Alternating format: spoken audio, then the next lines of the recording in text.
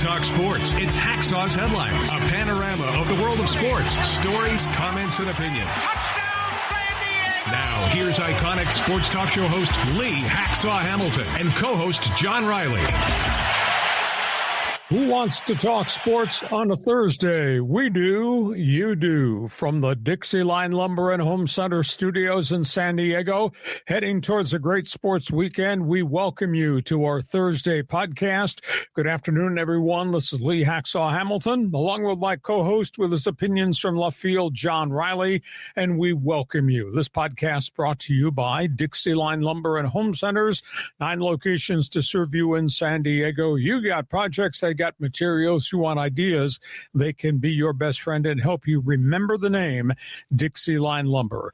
John Riley, good afternoon. Boy, a lot of late-breaking stories, a lot of different stories that hit the buttons emotionally for people. We're going to kind of go a lot of different directions on this podcast. Yeah, and we're still talking a lot of baseball, aren't we, Lee? Even though it's the off-season, plenty to talk about. Just a couple of reminders. When we do this podcast, we do sports talk the way it should be done. We put a lot of topics on the table. When we're done, we invite you to join us. We call the segment at the end of the podcast Fans Forum. And for all of those of you who are joining us on a live stream, you can be an active part of this podcast. John, how does it work? How does it work? So I already see online right now, Michael and Schickster have already jumped on board. So if you have a question in the world of sports, just type in your comment question in the live chat. YouTube, X, or Facebook will get you involved in Fans Forum. Fans Forum comes up right at the end of this podcast. Ask a question, make a statement. If you've never participated, hit the button, get involved, get into the chat box. Okay, John, let's start. We're going to talk baseball because we are baseball-centric on this podcast, but we do this podcast and the whole community is so heavy-hearted right now because of what just happened this week, the loss of another Padre icon. Yeah, one of the great ones, the CRAFTY-LEFTY. Randy Jones has passed away at the age of 75. He was a legendary pitcher in the 1970s with the Padres. He had fought back from cancer twice. He was just an unbelievable individual. Self-made from California, came here, stayed here, lived here. He strung together some unbelievable seasons wearing the Padres brown and gold. I call him the old left-hander. He overcame so much. He was a junk baller in the era of superstar frontline pitchers. Think about when he was with the Padres in the mid-70s and they weren't very good.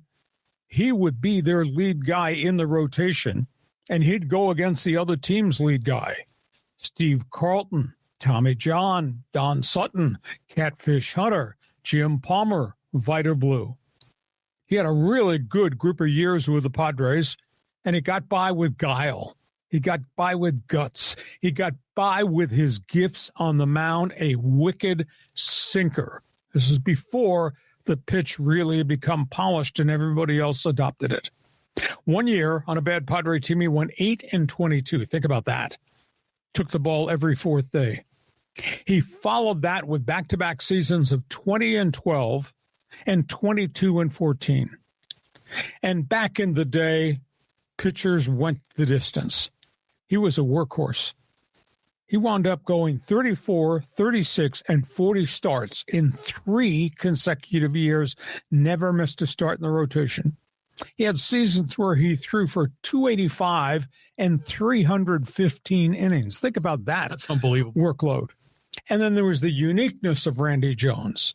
Give me the ball. I'm going to throw a sinker. Here comes the pitch.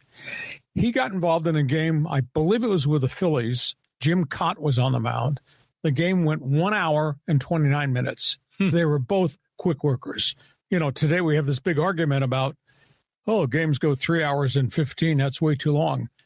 Think about that. The old left-hander and Kitty Cott pitched a combined complete games and finished it in 1 hour and 29. His major league record was only 100 wins and 123 losses. When he left here, he had shoulder problems, and he only lasted another 2+ years. Off the field, loved to talk baseball. Hey, Hacksaw, get over here in the dugout. I want to know what you think about this baseball story. And we'd go back and forth. He talked to today's players. He loved to talk about yesterday's players, and he faced all the icons over the course of his career. Man, what a heavy heart. And Randy had fought so hard against throat cancer, victim of chewing tobacco, and then he got sick again. And just think about this. More recently, we have lost such cornerstone fabrics of Padre baseball. Jerry Coleman, Tony Gwynn, the late Kevin Towers, Peter Seidler, and now Randy Jones. The old left-hander, rounding third, heading for home, now in heaven. Cool guy. Yeah, totally a cool guy. And I remember seeing his name like in the mid 70s, because back then the Padres and the Giants are always near the bottom of the NL West, but he was the guy that piled up all the wins. And didn't he start an All-Star game too, I think? And it was a Cy Young Award winner for a bad team. Think about that. And he was like 16-3 at the half. Yes. I mean, that's just insane. So it's kind of cool how, bad teams have really special players that, that for whatever reason, the team doesn't work it out. But do you think he is the first Padres superstar, or was that Dave Winfield? Well, Winfield was here for a short time, forced to trade. Randy came here and just piled up great numbers. I think he was kind of the first homegrown guy. I mean, he was from Southern California, went to Chapman College in Orange, and then came to the Padres. I would say legitimately he might be the first popular star the Padres ever developed. Yeah, he's just a good guy. I mean, just like the classic ambassador for the team. Yep. Do you remember, 10, 15 years ago in the pregame show, they used to have Padres Social Hour that preceded the pregame show. And Jesse Agler was the host there, but Randy Jones was frequently on there. And, they'd sit on that couch in the corner of the gift shop, and they conducted a fun interview show. They bring in players, and he's just so personable, so likable. And I know here in my hometown of Poway, he's had connections here. I think he owned the Big Stone Lodge for a while, and I think he has connections in Escondido. So he's a North County inland dude. A real personality, just friendly and everything. And your heart aches. Like I say, we lost another piece of the fabric. Oh, yeah. Of Padre baseball history. The old left-hander, RIP. Randy Jones. Rest in peace. Okay, move on. We got other baseball topics to talk about. Let's talk about searching for pitching. Yeah, we go from a Cy Young Award winner. We need some more, Lee. Let's talk about the Padres and where they're going to go or how they're going to solve this thing. It didn't work out. I had theorized maybe the Padres, by offering Michael King, could get him to take the $22 million one-year offer, or by offering it, open the door to talk about maybe a 2-year or a 3-year extension. Didn't work. Michael King and Dylan Cease both rejected the $22 million qualifying offer. The Padres are good fourth-round draft picks for both of them once they sign somewhere else. The other thing that's a bit of a surprise that it's happened so quickly. Two of the other guys they had real interest in, they've lost access to. I was told that they had interest in Brandon Woodruff of the Milwaukee Brewers, and they would have had conversations with Shoto Imanaga. Those two guys changed their mind and accepted the $22 million contract offers. Imanaga goes back to the Cubs in a 1-year deal. Woodruff stays in Milwaukee on a 1-year deal. So the field of potential top-of-the-rotation starters that they could have had has been cut down by what happened with King, what happened with Cease, Woodruff, and Imanaga. Knowing A.J. Preller as I do, cell phone in his hand, all hours of the day. I've been told that the Padres have talked to the Mets about a potential trade for Kodai Senga, Japanese right-hander. Very affordable. Now, he's pitched well, but he's had health issues. 2 years, $48 million left on his contract. I think it's a fairly affordable contract. They talked to the Mets about Senga. They're talking to Pittsburgh about Mitch Keller, who's their number 2 starter in Pittsburgh. He's only got 2 years left on his deal. They're talking to Kansas City about Brad Keller, part-time reliever, part-time starter. So they're out there shopping. I don't know what they got they can use as trade bait aside from Luis Campusano, the catcher who hardly played at all last year up here, but put up unbelievable AAA numbers at El Paso. It doesn't seem to be a spot for Campusano here.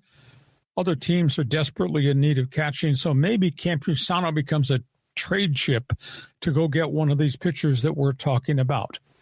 And, of course, out there on the free agent market, there's not many pitchers left that they could afford, but it looks as if they're going to make a run at Tatsuya Imaiya, the Japanese right-hander. Now, I've been told that he's got 7 other clubs that are interested in him. Today was the first day the window opened for clubs to actually negotiate with him. The Japanese right-hander, teams have a 45-day window. He's going to get offers.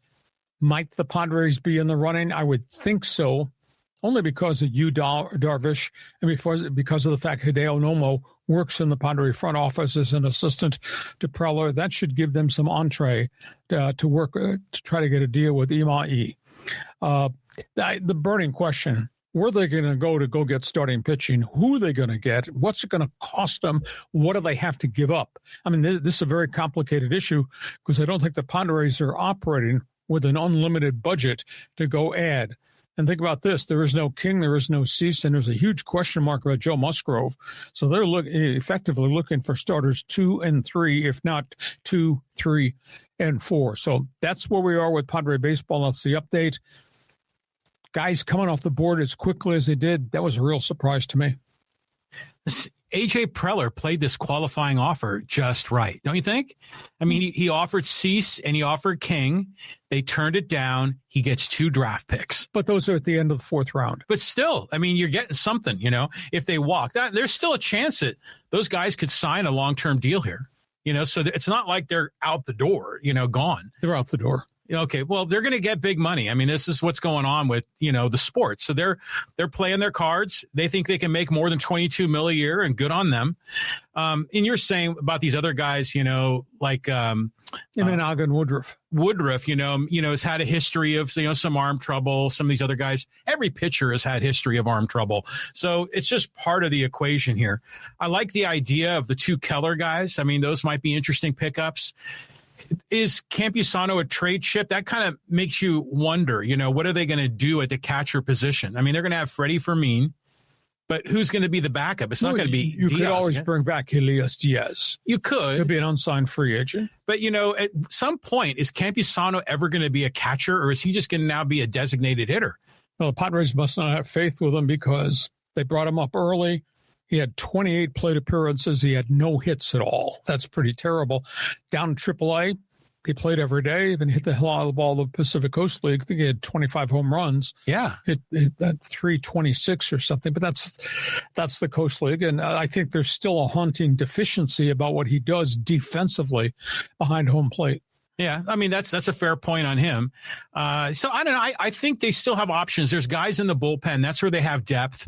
That's where they can trade. It wouldn't be surprised me if Preller pulled a rabbit out of his hat and found a way to package somebody with Cronenworth to get something back. There's going to be something that's going to happen that we never really thought would happen. Yeah, because like I say, he's on the phone exactly every minute, all hours of the day. If Dude can email or text me at 2 a.m., that means Dude is doing baseball-related stuff at 2 a.m. Well, I want my GM burning the phone lines. Okay, so that's the update on the Padres.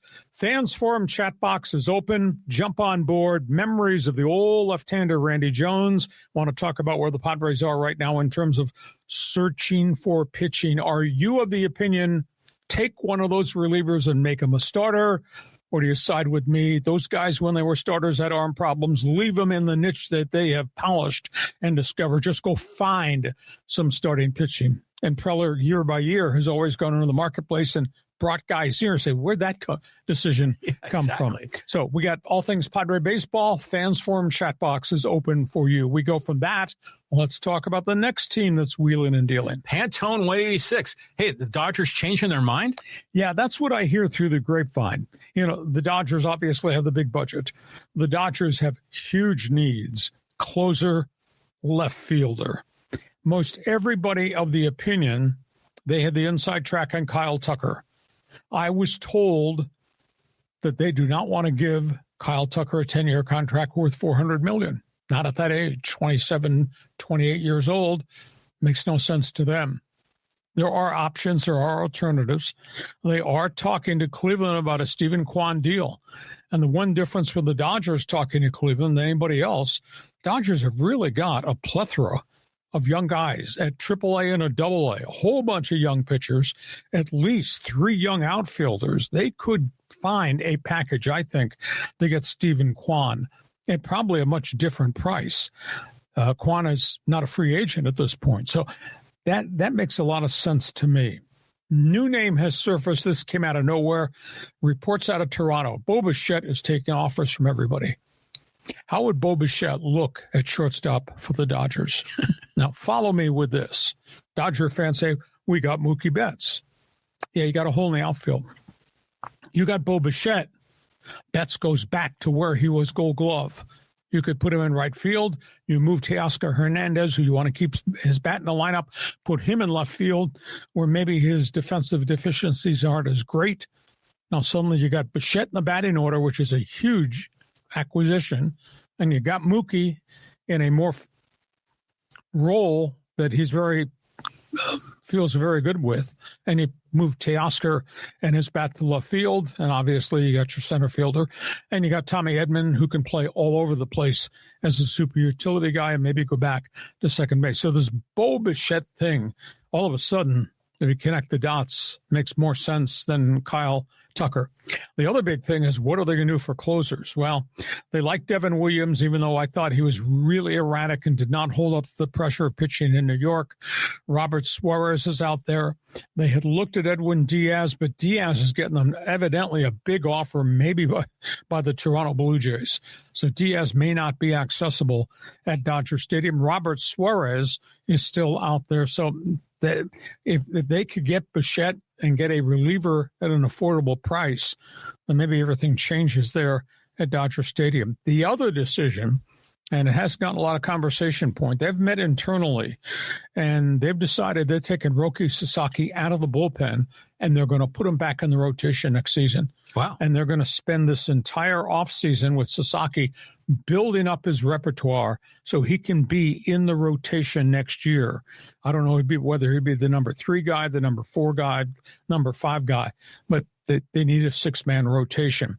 Also, they want to meet with the people who run the World Baseball Classic Japanese franchise. They want to know, they want a definition as to what Ohtani's role in the WBC, what Sasaki's role in the WBC is going to be in the spring for those guys pitching for Team Japan. And they are going to pitch for Team Japan.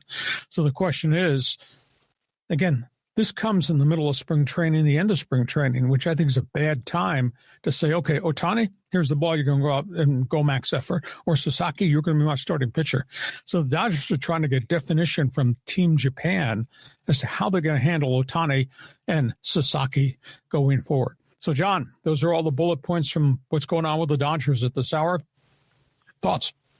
Yeah, they're in on all the sexy names, aren't they, Lee? I mean, that's kind of what you expected. That's a clever thing to put Bichette at short and put Mookie in right. I mean, that kind of solves multiple things at once. I like that idea for the Dodgers. Roki Sasaki as a starter, I mean, that's what you signed him to be. It was nice that he was a closer when the whole bullpen was going sideways. But how are you going to fit all these starters? I mean, you've got Snell, you've got Yamamoto, you've got Glass now, you have Sasaki, and who am I missing? I'm missing a couple of other Cy Young candidates. Well, somebody fills a role that used to be Clayton Kershaw's. Yeah. So, they're going to have to fill those. And then you still have all these other kind of, in Dodger world, B-level starters, but for other teams might be A-level starters, like Gonsolin is coming back. Well, Gonsolin's gone. They DFA'd him this past week. Oh, they did? Yes. Okay, interesting. But he's coming off another surgery, so he's useless. But they've got so many kid pitchers led by Landon Knack and then River Ryan. And Emmett Sheehan. Yeah.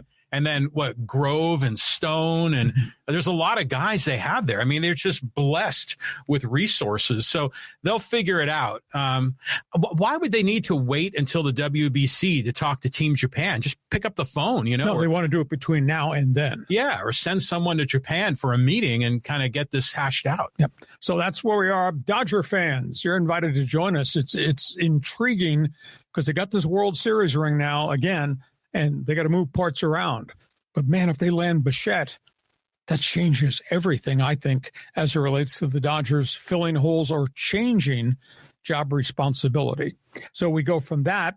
Let's talk about the other team in Southern California. It's been quite an interesting couple of days for Angel baseball. Yeah, they traded the big bat and got a new pitcher. We knew they were shopping Taylor Ward. I was stunned that Baltimore traded a frontline starter to rent a bat. Now, Taylor Ward hit 36 home runs last year, but he also hit in the 230s. Did not hit for average whatsoever, but he's become a power guy, and he was popular at Angel Stadium. They trade him to the Orioles for one of their frontline starting pitchers. Nobody that I know trades established arms, but Baltimore did when they traded Grayson Rodriguez. This guy was a draft pick who became an ace. He's pitched a year and a half in Baltimore. His composite record, John, is 20-8. Hey, he's under control for the next 4 years. Now, he got hurt. He battled bone chips for 3 years.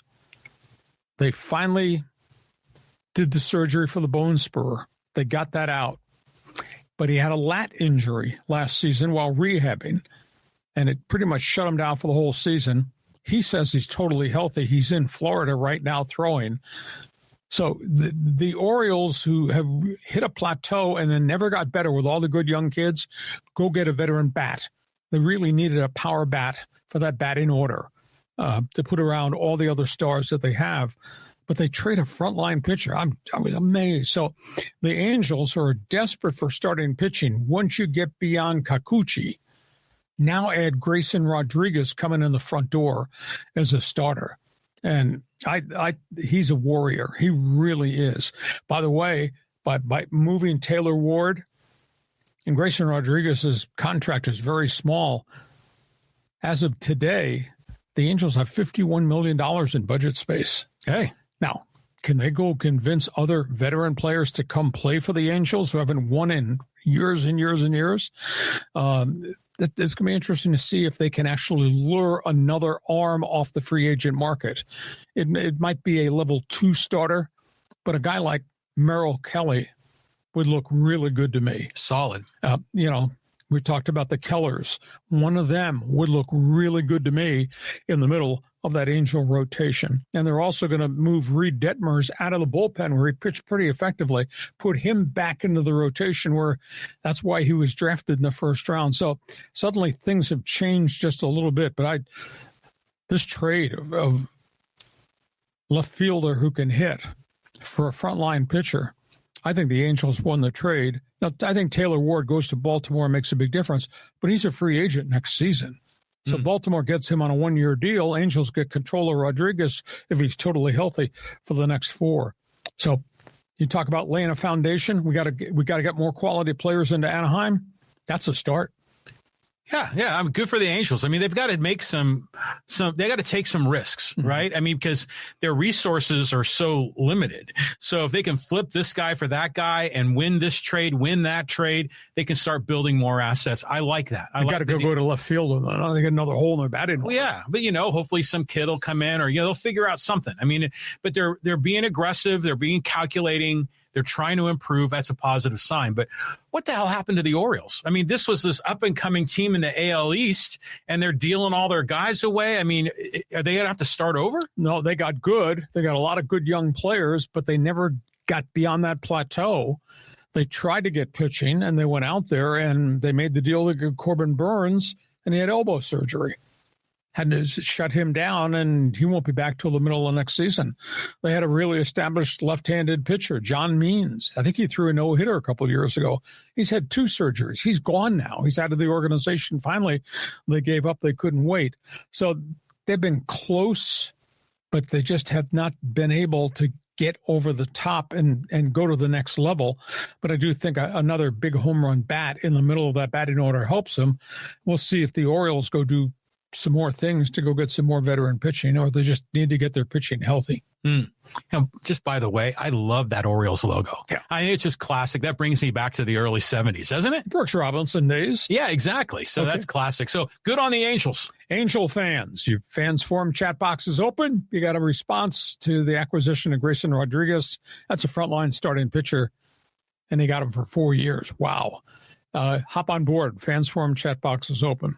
Speaking of Angel baseball, because we have to cover this story because I told you it'd be dark, it would be deep. John, it's bad. Tyler Skaggs is responsible. Yeah. The testimony, it is now the 6th week of the Tyler Skaggs drug death testimony in Santa Ana. His wife, his mother, and one of his best friends and a teammate all testified this week.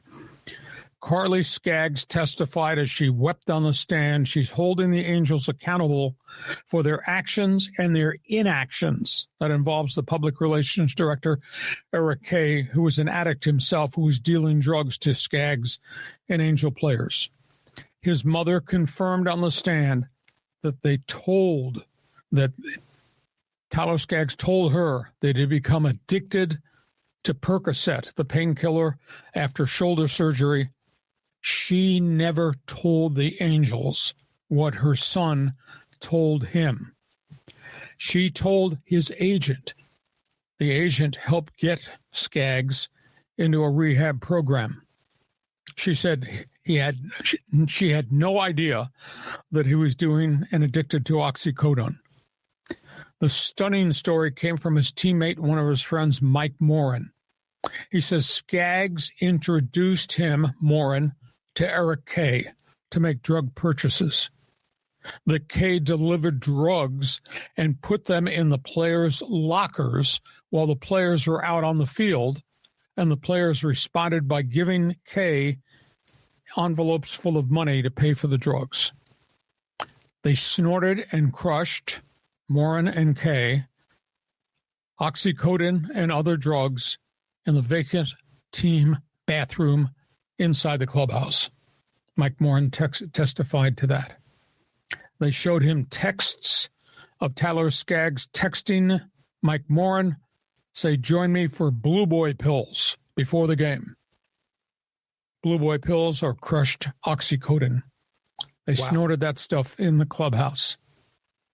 Morin testified they made purchases of drugs from Eric Kay in the back parking lot at Angel Stadium. He said himself he got addicted to Percocet because he was trying to stay healthy and trying to stay at a major league roster. When he was asked about not going for help, he said, yes, the team has many assets to help us when we have personal problems, but the team also controls our roster spots. And Mike Morin said, if I show up with problems, I put my roster spot at risk. He said the pressures to make the roster stay on the rosters, the highs are so high, the lows in Major League Baseball are so low. But he admitted he's drug-free, say he'll carry the burden of whatever he did with him forever, including the death of Tyler Skaggs. And then at the end of the testimony, I mean, it's pretty riveting stuff. The player said the Angels are not responsible for Tyler Skaggs' death. Tyler Skaggs is responsible for his addiction and for his death. Wow. If I'm in the juror's box and I hear that from a player who was doing it, wow. Again, I told you, John, this would be dark. This is deep. This is dirty. That's where we are right now as we're weaving our way through the 6th week of testimony in the Tyler Skaggs death. Your reaction? Well, I mean, he's the primary culprit here. I mean, it's Tyler Skaggs, and it was his addiction, his choosing. We can look at Eric Kay. We can look at all these other, situations to try to point the finger elsewhere. But in the end, the primary is Tyler Skaggs is responsible for Tyler Skaggs. But I just don't know how you could play ball and pitch when you're on an opioid. I mean, it reminds me of Doc Ellis, like throwing the no-hitter against the Padres on LSD. Yep. But I just know that when I had a serious injury like 20 years ago and I was on Vicodin, and I remember sitting in my chair and it felt like my soul had left my body and I was like floating above the room. I mean, your mind was somewhere else. Yes, it's trippy stuff, man. And so if you're like snorting that in the clubhouse and then rolling out there to pitch, I don't know how you could throw the ball straight. Well, I think they were both in the rotation. I think they were doing it on off days in which they would not pitch. Wow. That's not an explanation or an excuse. I'm just telling you why I think it happened. But his last two statements How big an influence is that on the juror that a guy that was doing drugs with SKAGGS found out how to get drugs through SKAGGS and Eric Kay, and then admits openly, I should have never done this, and then closes out his testimony by saying, Angels are not responsible, SKAGGS is responsible. This whole trial is about who caused this man's death. Was it the Angels through Eric Kay, or was it SKAGGS himself? Now to have Mike Morin tell the jurors SKAGGS is responsible for all his own actions and his death. Yeah. But of course, the SKAGGS family is going to try to deflect and try to blame it on Artie Moreno and the organization. And by the way, when you were saying that SKAGGS was like dropping off pills, like during the game, he was putting them in their locker. Do you remember like in the late 90s when it was the McGuire-Sosa home run thing, and Mark McGuire was being interviewed in the locker room, and, you know, in the locker, they have like a little shelf at the top, and up there he had a bunch of prescription bottles of different pills, and everyone, you know, was analyzing it after, you know, that live recording, and some of it was creatine and other, you know, meds that weren't necessarily approved or not disapproved. So the point being is that drugs in baseball has been going on forever. I mean, there was the cocaine scandals in the 80s. You have all the uppers like the Redsies and the Greenies and all that in the 60s and 70s. It's amazing. Well, that's what led to the drug testing at each of the different levels. And baseball's owners had to fight to get drug testing in, and the union Donald Fear kept putting up barriers as the union chief. That's invasion of privacy. Well, no, it's not. The integrity of the game is at stake. And, you know, that's what led to the Balco case. That's what led to the Mitchell report. That's what led to suspensions. That's what led to the enormous increase in drug testing. You know, if you test positive one time, John, you get tested 10 times a year at any time, day or night, in season or out of season. They call you, you got to be there. Yeah. So it's a very different aura right now. So this trial, I think, really takes a turn in the fork in the road because of Mike Morin's testimony. So you're an Angel fan. We've tried to give you as much information and evidence as we can as we cover the story on Mondays and Thursdays in our podcast. Chat box is open for Angel fans. Talk about your impressions of what you've heard over the last couple of weeks in the testimony of the Tyler Skaggs case. We go from that. Let's talk hoops. San Diego State, bye game and a loss. What a huge setback to Troy State. Hell of a game to watch. 108-107, double overtime. Troy State wins on the Viejas floor against San Diego State. Great game for the fans. Great damage to San Diego State's non-conference resume. And nationally, people are just bagging on SDSU. Headlines: how could you lose to a team with 135th ranking in the Ken Palm ratings? They called it disastrous. They called it disgusting, etc. Troy hit threes. Troy hit free throws. Troy hit the boards. And that's what really surprised me more than anything else. San Diego State had 20 turnovers. Aztecs, 15 missed free throws. San Diego State had 29 fouls in the game, and they gave up 49 rebounds. That's the stunning stat. How does this team with its bigs give up 49 rebounds to a team that's got a bunch of guards? But they did. They looked like they weren't mentally ready to start the game. Like, this is Troy State, non-conference game. Who the hell are they? Sun Belt Conference? They were down 14-2 before you could sit down. Right. Now, they did fight back, but they trailed for 18 minutes. And then it just became a dogfight. I got the lead, you got the lead, etc. Tell you, Miles Bird's 3-point half-court shot. That was just a heave that happened to go in, but they practiced that, and he made an unbelievable shot. Magoon Guath came back, had 20 points. He had boards. He had blocks. He played really well, played more minutes than I thought he would. I thought he'd be on a minutes cap, but because it went to double overtime, Guath played a lot. I think the one big challenge where I saw in this thing is that Brian Dutcher really had his hands full with who's on the floor and can they play together. He kept making changes. What he needs to do, I think, is work on coming up with a specific rotation for the starters and a group of rotation that he needs to get on the floor when he has to go to the bench, because they were all over the place. He kept making changes of 2 guys for 2 guys. It seemed like every minute and a half during a stoppage in play, shooting free throws, somebody coming in, somebody coming out. And they didn't play well together. To me, they just didn't fit well together. And please tell me why Dutcher's not standing on the sidelines calling a play.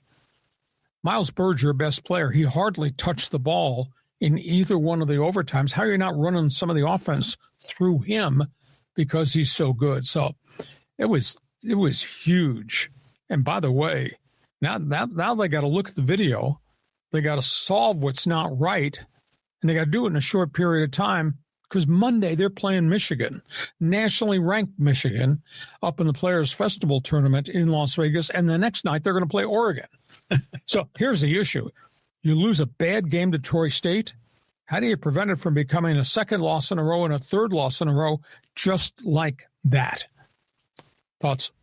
I'm going to evoke John Rothstein. Losing a bye game is the epitome of brutality.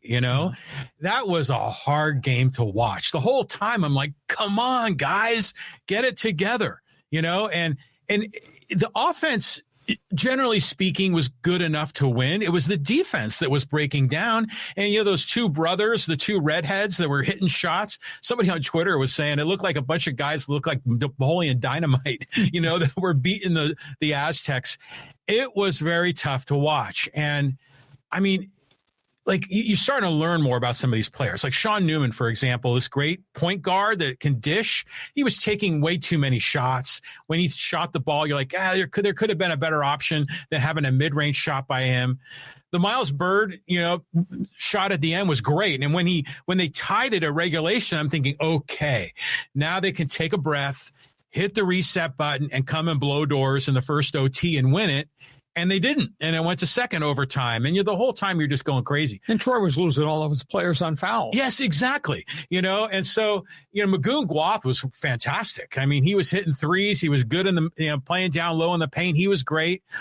Sometimes, though, with Bird, he gets, like, he'll make the big shot, but then sometimes he falls in love with the big shot. I think in that game, they should have been pounding the paint more, especially since Troy was undersized, because you got Miles Heide down there and Pharaoh Compton. You got some big boys, Jeremiah Odin. They can be very effective in the paint. But to your point, they're going to now go and play Michigan, who have got a bunch of dudes that are like over 6'9". Mm-hmm. And so it's going to be a completely different game. They're going to have to play incredible defense to shut them down. And I'm concerned that they're not going to be able to do it. And I think also your point earlier about the rotation, there's like too many guys in the rotation. I think they're going to have to, kind of trim that down a little, shorten the bench a little bit, at least find the right guys to play with the right package. Yeah, exactly. So I was stunned. I really was, to lose to Troy State the way they did. And people come back to me on emails and on the internet and on social media and say, it's only one game. I agree with you. It is only one game. But the thing is, they still got Michigan, Oregon, and Arizona just around the corner, and they'll go into the conference. I have no doubt that they're going to pound people in the conference. But again, the selection committee looks at the quad 1 versus quad 2 games. Did you lose to somebody in quad 3? Did you struggle badly against somebody like that? And they kind of hold that against them. So, that wreaks havoc with the computer metrics. Yes. A quad 3 loss at home. I mean, that's the game you can't lose. I mean, when they play Michigan and Oregon and Arizona and whoever else, they're going to be a third game in that Players Era tournament, be another big time team. The Aztecs will be the underdog. I mean, you hope to win a few of those, but this is going to be that thing that hangs over them all season long if they don't win the Mountain West. And honestly, I'm not necessarily confident that they're going to blow doors in the regular season of the Mountain West. What we saw against Troy, I mean, that's a team that didn't they lose to Cal State Fullerton? Yes. I mean, this is a team that they should be blowing up, and by the way, the Mountain West is kind of weak right now. They've had a lot of small time teams that have knocked them off. So the whole conference is like a head scratcher. And that kind of weighs against your credibility. Yeah, exactly. Yeah, you run the table against who? Right. So I know how many teams out of the conference are going to make the tournament. It might only be one or two. Yeah. Shocker. Just a shocker. You're a college basketball fan. You know, the UCLA-Arizona game was amazing. I mean, UCLA just hung in there with Arizona right to the bitter end. And then you get Arizona knocking out. Who'd they beat? It was UConn, right? UConn, yeah. Yeah. Stormed the victory. Arizona's a real deal. Oh, yeah, they're a top 10 team. So is Michigan. So this is a tough assignment for the boys. Dutcher's got to whip them into shape. San Diego State fans, join us. Fans Forum, chat box is open. You saw the game. Great game for the fans to see, but not a great game. I don't know if it was great to see. It was so nerve-wracking. I was just getting angry the whole time. I kept saying, how could this be? I kept waiting for Troy State to cave in. Said, okay, here's the run. Never happened. Never happened. And all these guys going to the bench and fouls. I fouled out the whole damn world. I'm waiting for San Diego State to just bury them. Never happened. And then they've rolled out that freshman kid, and he hits the free throws, cold as ice. And you're like, this is unbelievable. Yeah. You want to comment on the 108-107? Great game to see, but not a great game for San Diego State as it relates to tournament aspirations. Fans Forum chat box is open. Last topic before we get to halftime. We're talking about some pro basketball. Go ahead, John. Yeah, we'll talk about the Mavs and the WNBA. We got a fire sale and a big payday. Boy, a lot of conflicting reports out of Dallas-Fort Worth about what's going to happen next with the Dallas Mavericks. You know, they just fired the general manager, Nico Harrison, and Dirk Nowitzki went public this past week and said they should have never traded Luka Doncic, and if they're going to fire Harrison, it should have happened before the start of the season, and said there's such a negative environment that's wrapped around this basketball franchise right now, and that's not a good place for Cooper Flagg to be in. Now the rumors are everywhere around the NBA from all the insiders that they are shopping Anthony Davis. So at the end of the day, if they do this, and they're concerned because Davis just is like an injury waiting to happen. He's always hurt. Yeah, he is. More recently in the last couple of years as a Laker than a Maverick. But if you're trading AD, you're dealing him away after you dealt Doncic away. What's your blueprint? How are you going to win a championship with these type of players? But they want to rebuild around Cooper Flagg. And there's all kinds of insinuations that Jason Kidd has problems communicating with players, that Jason Kidd had problems with Nico Harrison, the general manager. It's just not a good situation. And the bitterness is ankle deep. You can't go to a game in Dallas to see a Mavericks game without Mavericks fans showing up wearing Laker jerseys for number 77 or just fire Nico or just booing the team. And the team's got so many injuries on top of it. So it's really weird. Now, like I say, the hot rumor this week from insiders around the Dallas Mavericks is they are shopping Anthony Davis in a significant trade. The other story is the WNBA. John and I have talked extensively about the Caitlin Clark era, the arrival of great players, great personalities, the explosion of the TV ratings, the values of the franchises have rocketed, all these expansion teams that have now come to join the league, and the fact that the players are wearing T-shirts during the playoffs, pay me what you owe me. Amazing picture I've got of that. And they're at loggerheads because the commissioner kind of denigrated the women in the WNBA. You ought to be on your knees thankful we gave you a platform to earn this money. My God, what a stupid thing to say. So they want the commissioner removed. Anyhow, the WNBA and its lawyers just made a huge offer to the union representing Caitlin Clark. They have offered a max contract of $1.1 million per year. And they've changed the rule. You can have more than one max contract if you can afford it underneath the salary cap. So multiple players could be getting $1.1 million. The old max number was $249,000. So that's quite a hike for a star to go from $249,000 to $1.1 million. Minimum salary has gone from $60,000. The new offer, anybody on a minimum salary gets two bills. $200,000. All right. That's pretty significant. The average salary in the league, which was in the 90s, 92, 93,000, average salary is going to go up to $460,000. So those are the hard numbers that have been offered. The union has not yet responded yet, but pay me what you owe me because I'm worth it. That looks like a pretty significant offer for all these players. I wonder if they can do this, solve this, and just get the credibility back and the excitement back to the WNBA. Well, first of all, they were being paid what was owed because they had a contract, but do they deserve more money? Yeah, they do. And, with the stature of the league rising, there's a lot more eyeballs. There's a lot more TV money. So yeah, let's up the pay and, make this a viable opportunity for these young ladies. The Mavs thing is just nuts. I mean, when that trade went down for Luka, we're like, I couldn't believe it. I mean, I couldn't believe Dallas was dumb enough to trade him for Anthony Street Clothes Davis. And his injuries. He's always hurt. So if I'm a Mavs fan, I can understand why they're angry. I can understand why they won't let it go, that they're constantly showing up at the arena, harping on the GM, on ownership. How could you trade him? They're wearing the Lakers jersey. Yeah, it's almost like you do need to blow it up because Anthony Davis will forever be the symbol of that bad trade. Yep. And so you almost have to clear out that space and then hit a refresh button. But they still have Kyrie Irving still there, right? But he's hurt. He's had 2 surgeries. Okay, so what a mess.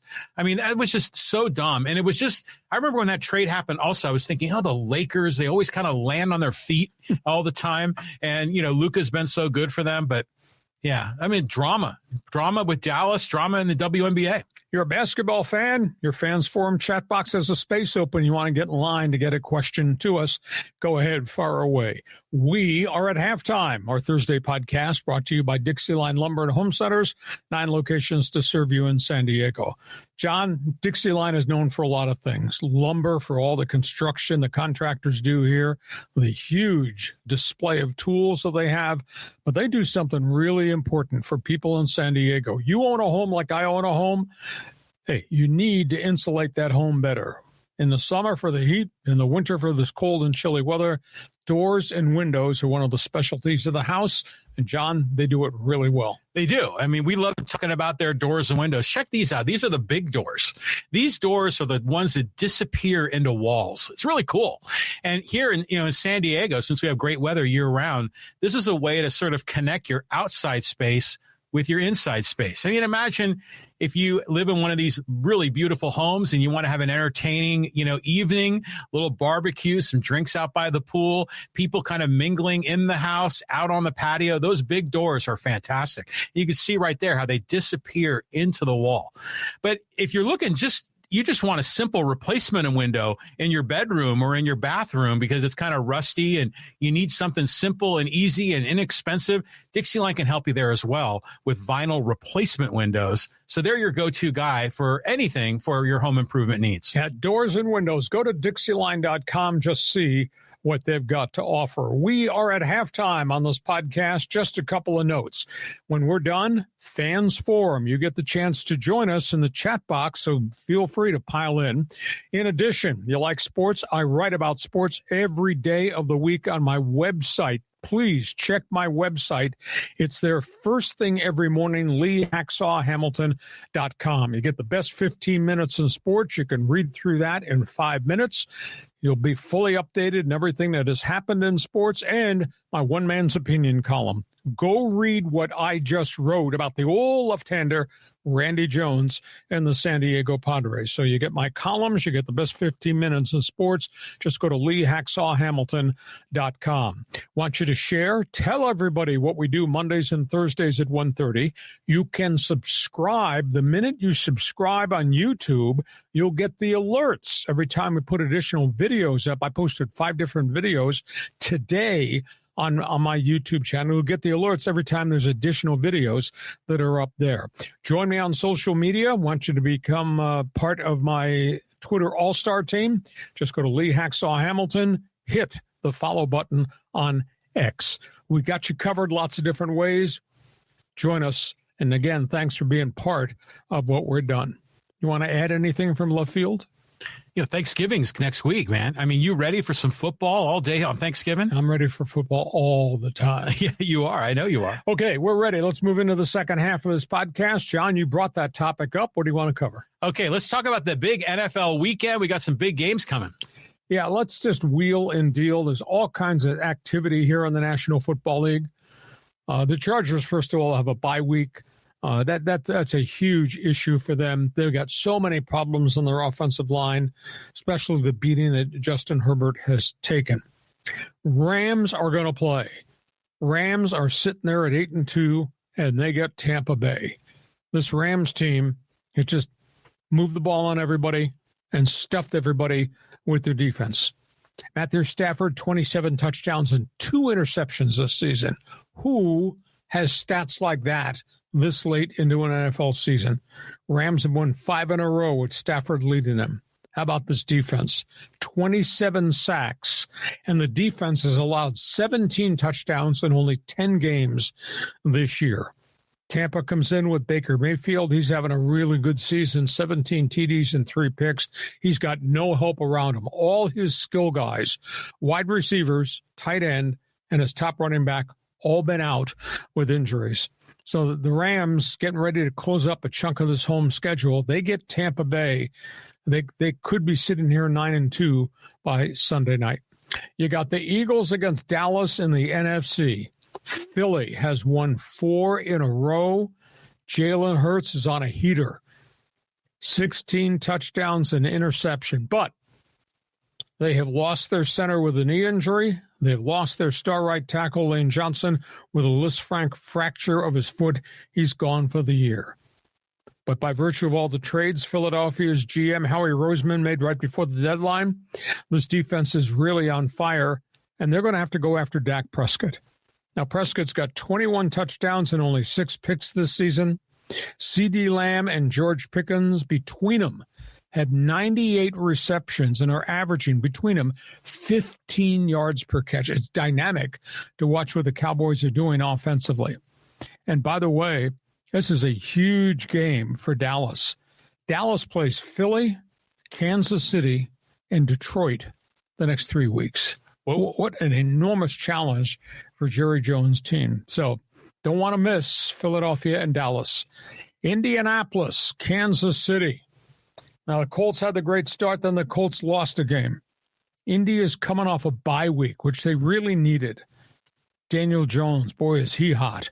2,559 yards and 15 touchdowns. Complemented by Jonathan Taylor, 1,138 yards rushing. Jonathan Taylor is averaging 6 yards per carry. Across the line of scrimmage, that's Patrick Mahomes. He's got over 2,900 all-purpose yards, 22 touchdowns. Lost in the equation about Kansas City, their offense is averaging 364 a game. So it's going to be great. You got Indy's explosive offense, Kansas City and Mahomes going down the field. The Chiefs are 5-5. Kansas City right now, at this hour, is on the outside looking into the playoffs. Here's Kansas City's schedule. They get Indy, Dallas, the Chargers, Houston, Denver. That's pretty rugged for Andy Reid. So Colts versus Chiefs. Buffalo goes to Houston. Josh Allen over 2,800 all-purpose yards, 28 touchdowns. Bills defense just explosive, 387 yards per game. Houston does not have C.J. Stroud, but they do have Davis Mills, who's kind of an unsung, consistent, trustworthy backup quarterback. Texans defense, man, they're going to go after Josh Allen. 258 yards per game, 25 sacks, and a total of 16 takeaways. So you got Buffalo, Houston. So, John, we got 4 must-see games this weekend in the NFL. Yeah, I mean, that last one, the Bills-Texans, I think that's tonight on Thursday Night Football. So, yeah, these are all terrific games. You know, the Rams and the Bucks, just as you were explaining that, and yeah, the Rams are just having a great season. Like you said, they probably could be undefeated if their kicker was consistent. Right. But, you know, I was watching, I think it was the Notre Dame Pitt game. And, you know, they had the college game day guys, you know, with, you know, that whole crew that was there. And I think Aaron Donald was there on the set with him. And he looks good. I mean, he really looks good. He walked away from the game at the peak of his career, didn't need it. Yeah, I'll tell you what, though. I mean, he looks like he could walk out on the field right now and be really productive. But, the Rams are blessed with all kinds of talent there. So, yeah, these are all terrific games.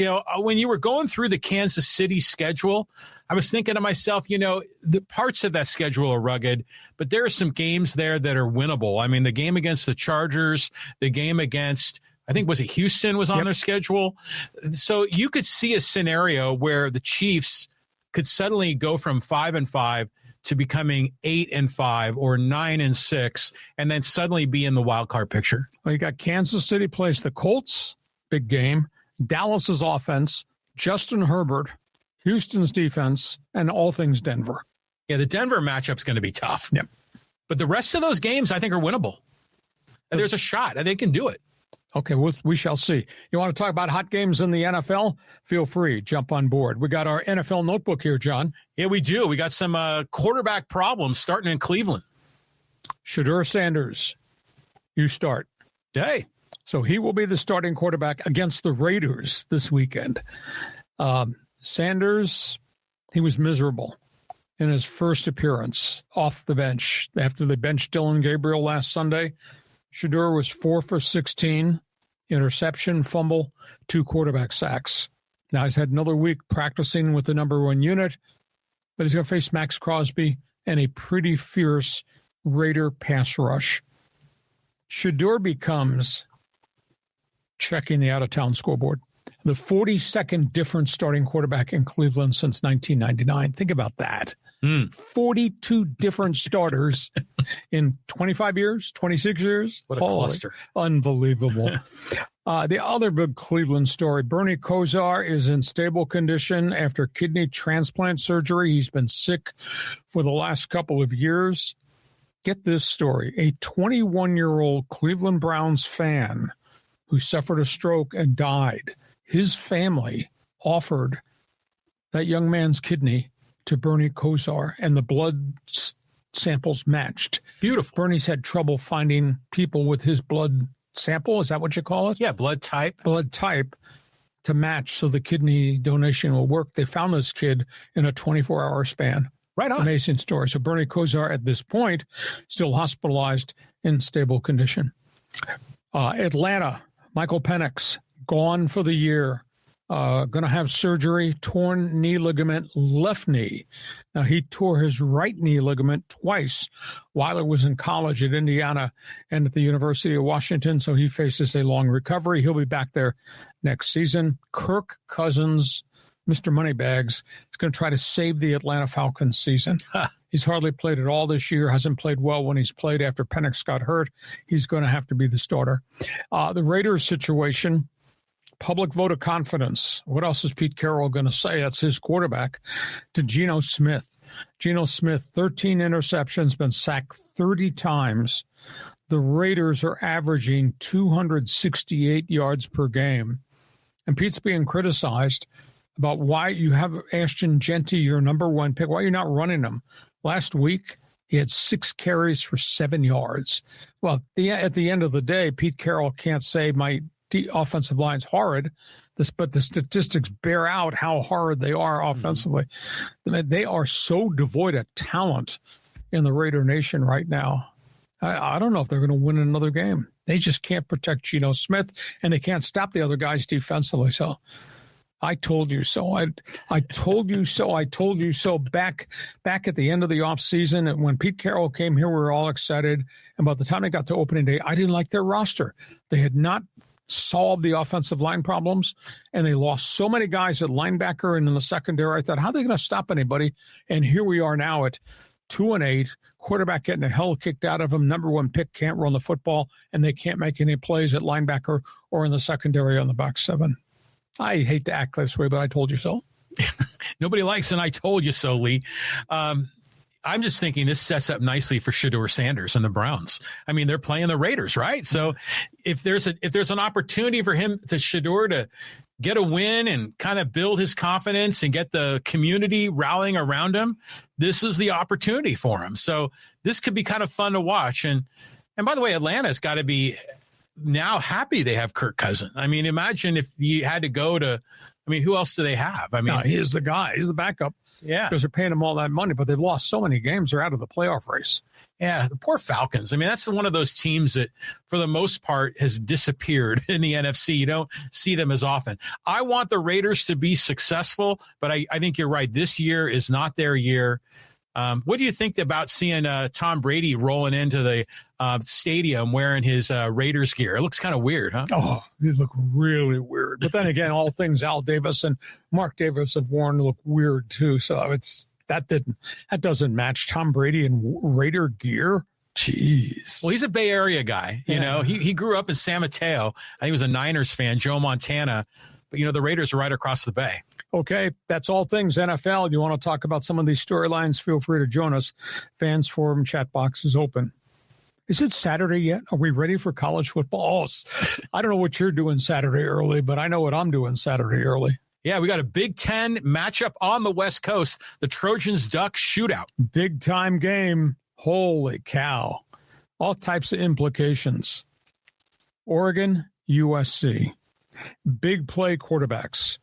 Dante Moore is really good at Autzen Stadium, too. He's the Oregon Ducks quarterbacks, thrown for 2,190 yards, 21 touchdowns, only 5 picks.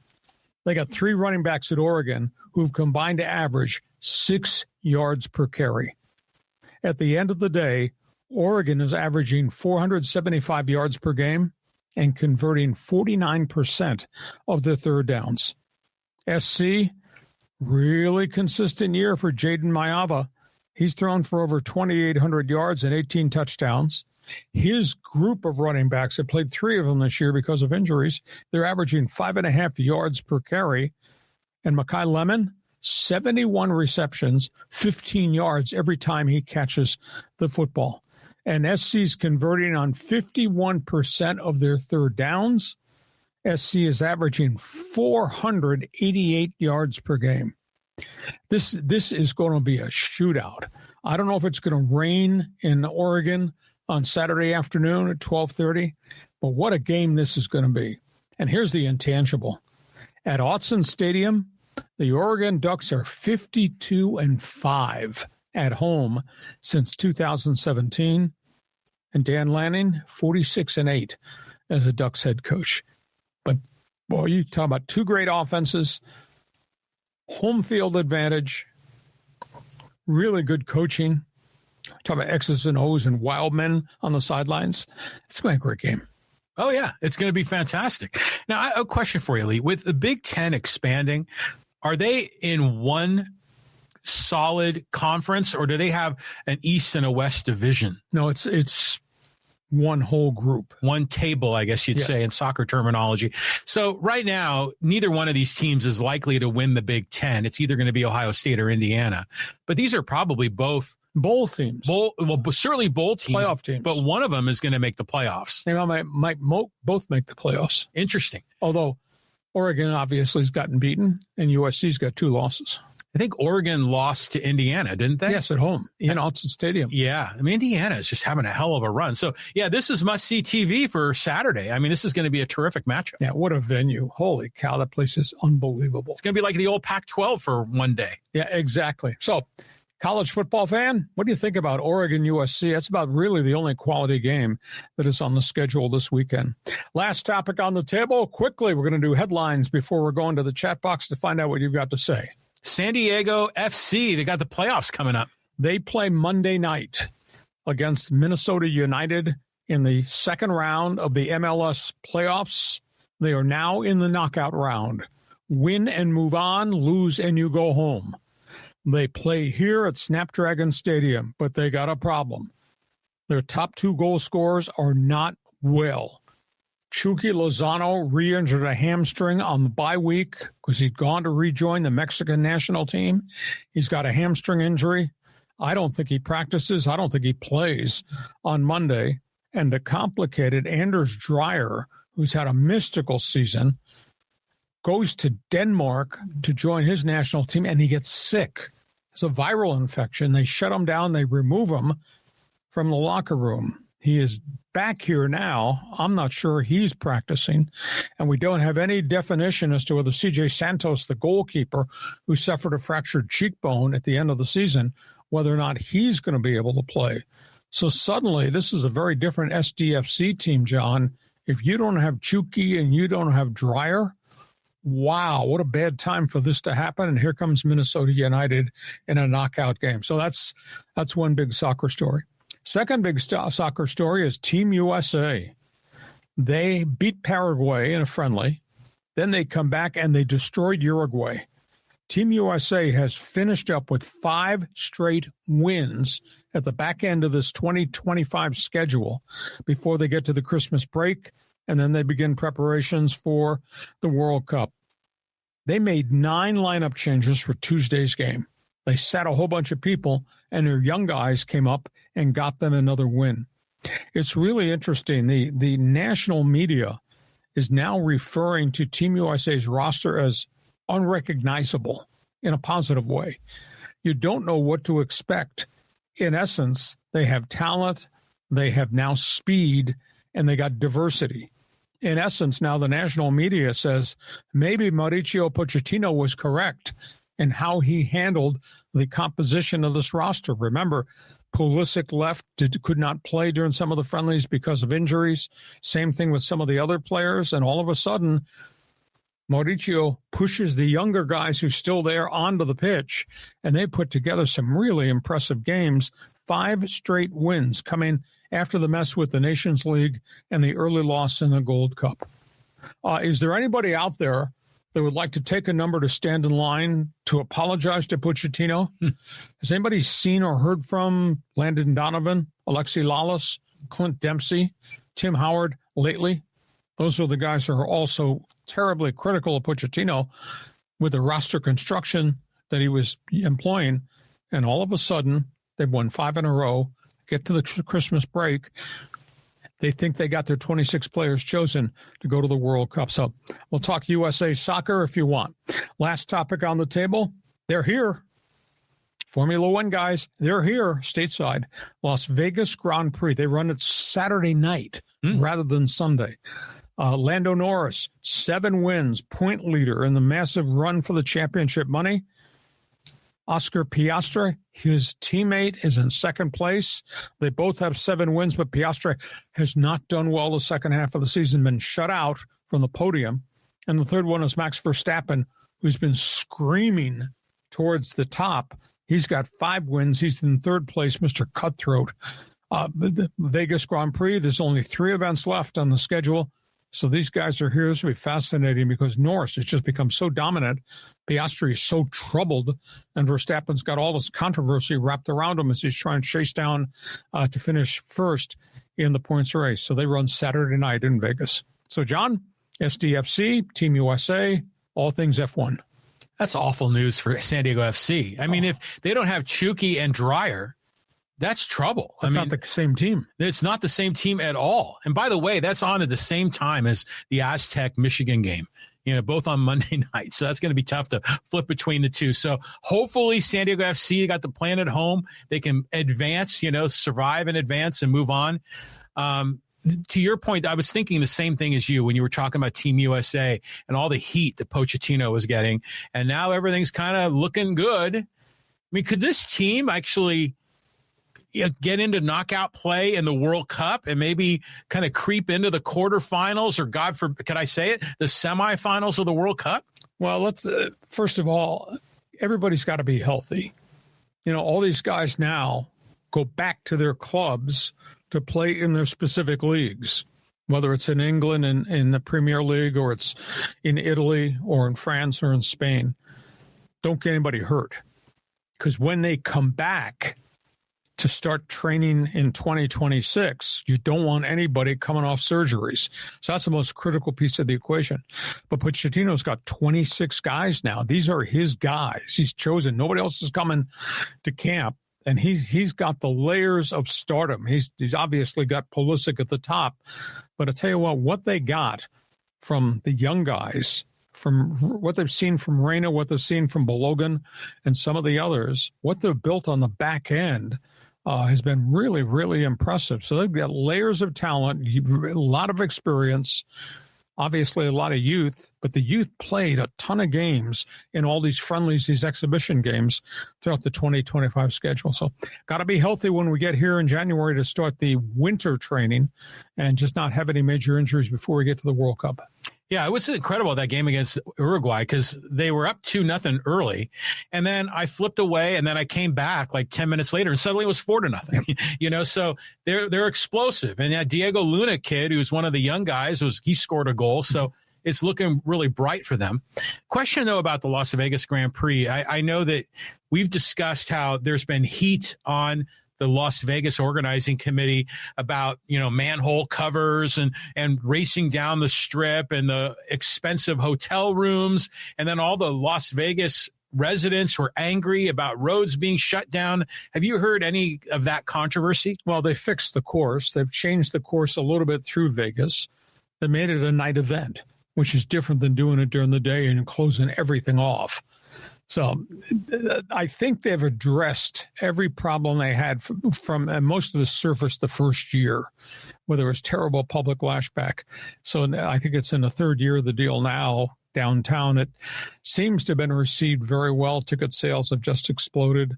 I don't think there's any problem. The fact that it's going to be run at night, it means it's going to be very, very cool compared to being in Vegas, where if it's hot, all track conditions are really tough. Hopefully it doesn't rain. I mean, we've been getting some rain here in this part of the United States. They run in rain. Yeah. Well, remember that was that race they went in Brazil where it was like hail and all kinds of crazy stuff. Yeah, orange flag weather.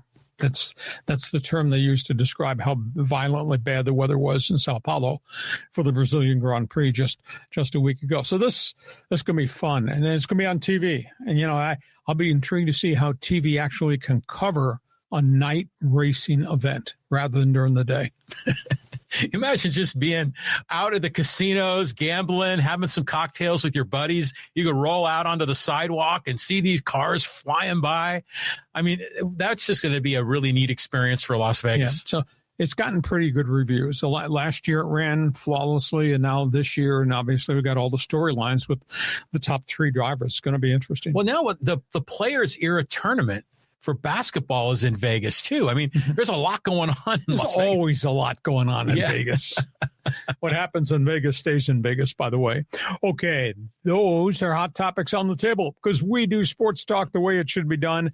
It is now your opportunity to join us. It's time for Fans Forum. Got a question? We got answers. Got a statement to make? Go ahead, stand up, sound off, and then we'll evaluate who you are by what you say. Fans Forum chat box is open. Podcast brought to you by Dixieline Lumber and Home Centers, 9 locations in San Diego. Think windows, think doors. Go to Dixieline.com to see all the things they have to offer. John, I'm ready. Are you ready? I'm ready. We got a lot of Fans Forum guys are ready here, too. Go ahead. Let's kick it off with Michael. He says, hey, good day, gentlemen. Quick question.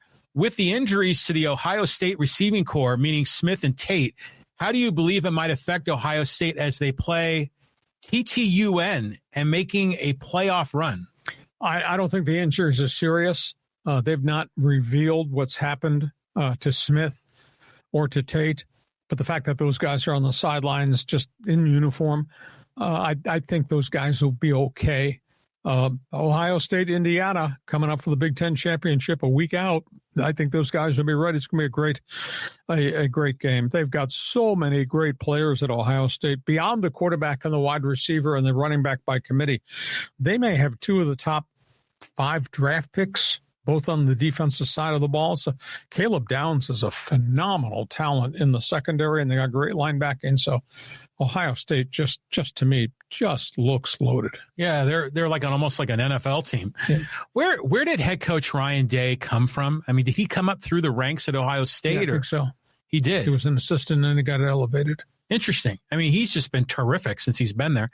Now, if I recall, reading your best 15, isn't the quarterback for Ohio State, Julian Sayin, didn't he have something like 18 touchdowns and 0 interceptions? Is that right? I think he may have 1 interception, maybe 2. But for a freshman, that's really good. Well, he's a redshirt freshman, been in the program a second year, came from Alabama.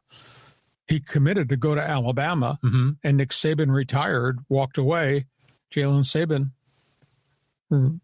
decommitted, wound up at Ohio State within 15 minutes, went there and redshirted that first year. He plays with great composure. But, John, he's surrounded by unbelievable talent. What a talent base. Yeah, unbelievable. So I think they're playing Rutgers this weekend. Yes. I'm not sure what TTUN means. You? That's what you're guilty of that. Bad typo. Oh, okay. All right. No, playing Rutgers Scarlet Knight on the road. Okay, let's go here to Derek. And he says, hey, we need to get you a WST hoodie. Oh, that's from the old Canada Network. Listen, I got every hoodie with every logo in the world. I'll wear a Winnipeg Sports Doc hoodie. I do stuff with them every week. I do an NFL Notebook segment every Friday with their big podcast across Western Canada. So it's really cool. Right on. I'm on the air everywhere. You are. I do Winnipeg. I do an NFL Notebook segment up in Edmonton, and I do one on Sportsnet, which owns all the stations across Canada, out of Toronto. I do NFL Notebook stuff weekly there. I'm on the air everywhere. Cool. And I know that every once in a while you'll show up on someone's podcast as a guest, so I think that's cool that you're doing the big time stuff, but you're also working with a lot of independent podcasters. I'm doing an Angel podcast tonight at 7:00 at Anaheim. You are? Yes. Good for you. I'm on the air everywhere. Everyone wants to see Hacksaw. Okay, let's keep on going. We'll go to John.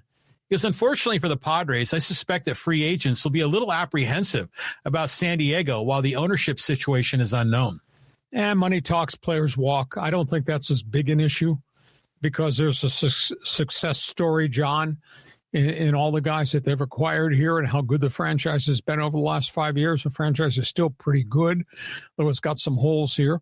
I think the bigger story is there's not enough pitching out there right now that's going to be a difference maker. And they definitely need starter 2, starter 3, and there's uncertainty over Joe Musgrove at starter 4. So how many pitchers can they acquire, who they are, what's going to cost them, and where they're going to go to get them? Is it by virtue of trade? Is it going to be a free agent? They're going to steal somebody from Japan, which is where they've gone to go get players virtually every year that A.J. Preller's been here in the last 4 or 5 years. So it's going to be fascinating to see. But they've got a little bit of money, not a lot. We've tried to figure it out. We think 30 to 35 million that they can use to go get guys from the outside because other guys have pay hikes that they're going to be due. So it'll be interesting to see who it is, but the numbers changed because I was hopeful they'd get a shot at Imanaga, who I think has really pitched well since coming from Japan. I think his record's 24-11. And I was hopeful maybe they could get Woodruff on a low-price contract because Woodruff had missed 2 years, but showed at the end of last season, I think he went 6-0 at one point with Milwaukee, but then Woodruff turned around and accepted the 1-year, $22 million deal. So I was hoping to get Michael King back, but that does not appear that's ever going to happen. Yeah, it might. I mean, it's not completely ruled out. You were always high on Woodruff. I remember you were talking about him quite a bit. You know, who I think about is obviously Pavetta's your number one. Musgrove is a question mark. Randy Vasquez is kind of positioned to take another step forward, don't you think? I think, but he's got to do it. Vasquez has always given you every start. I guess you could say he's trustworthy. Every start, he'll string some good innings along, but then there's always a bad inning. The bad inning might be the second. The bad inning might be the 4th or 5th. And all of a sudden you're in a hole and you can't come back. Well, it seemed that they were really limiting him to when he got to the 3rd time through the rotation. That's when they pulled him. So he was always getting pulled like with 4 2/3 innings. So he could never qualify for the win. So it just might need a few little more tweaks. And maybe you can get him to be a 6-inning guy. I think it's possible. He's a wild card in all this conversation, but they're very, very thin in the rotation. But AJ has always come up and gotten pitchers from someplace. You know, short-term rentals, like the guys, Lugo, Waka. Yeah. Injuries, rehab, change of role. He's done that, and he's been successful at it. So I think he can go find some more pitching here. Yeah, hopefully he can do Has that. to. Okay, here's a two-parter real quick from, who is this, WLB Argueta? And he's talking about Imai, the Japanese kid. And he says he's getting $200 million. Padres aren't paying that. Well, Imai will probably end up with one of the New York teams. Well, I think everybody's going after him. I've been told that this morning he officially became a posted free agent after they put him on the block. And I've been told that there's 7 offers out there. And I don't know if the Padres have made an offer. The Padres, why not?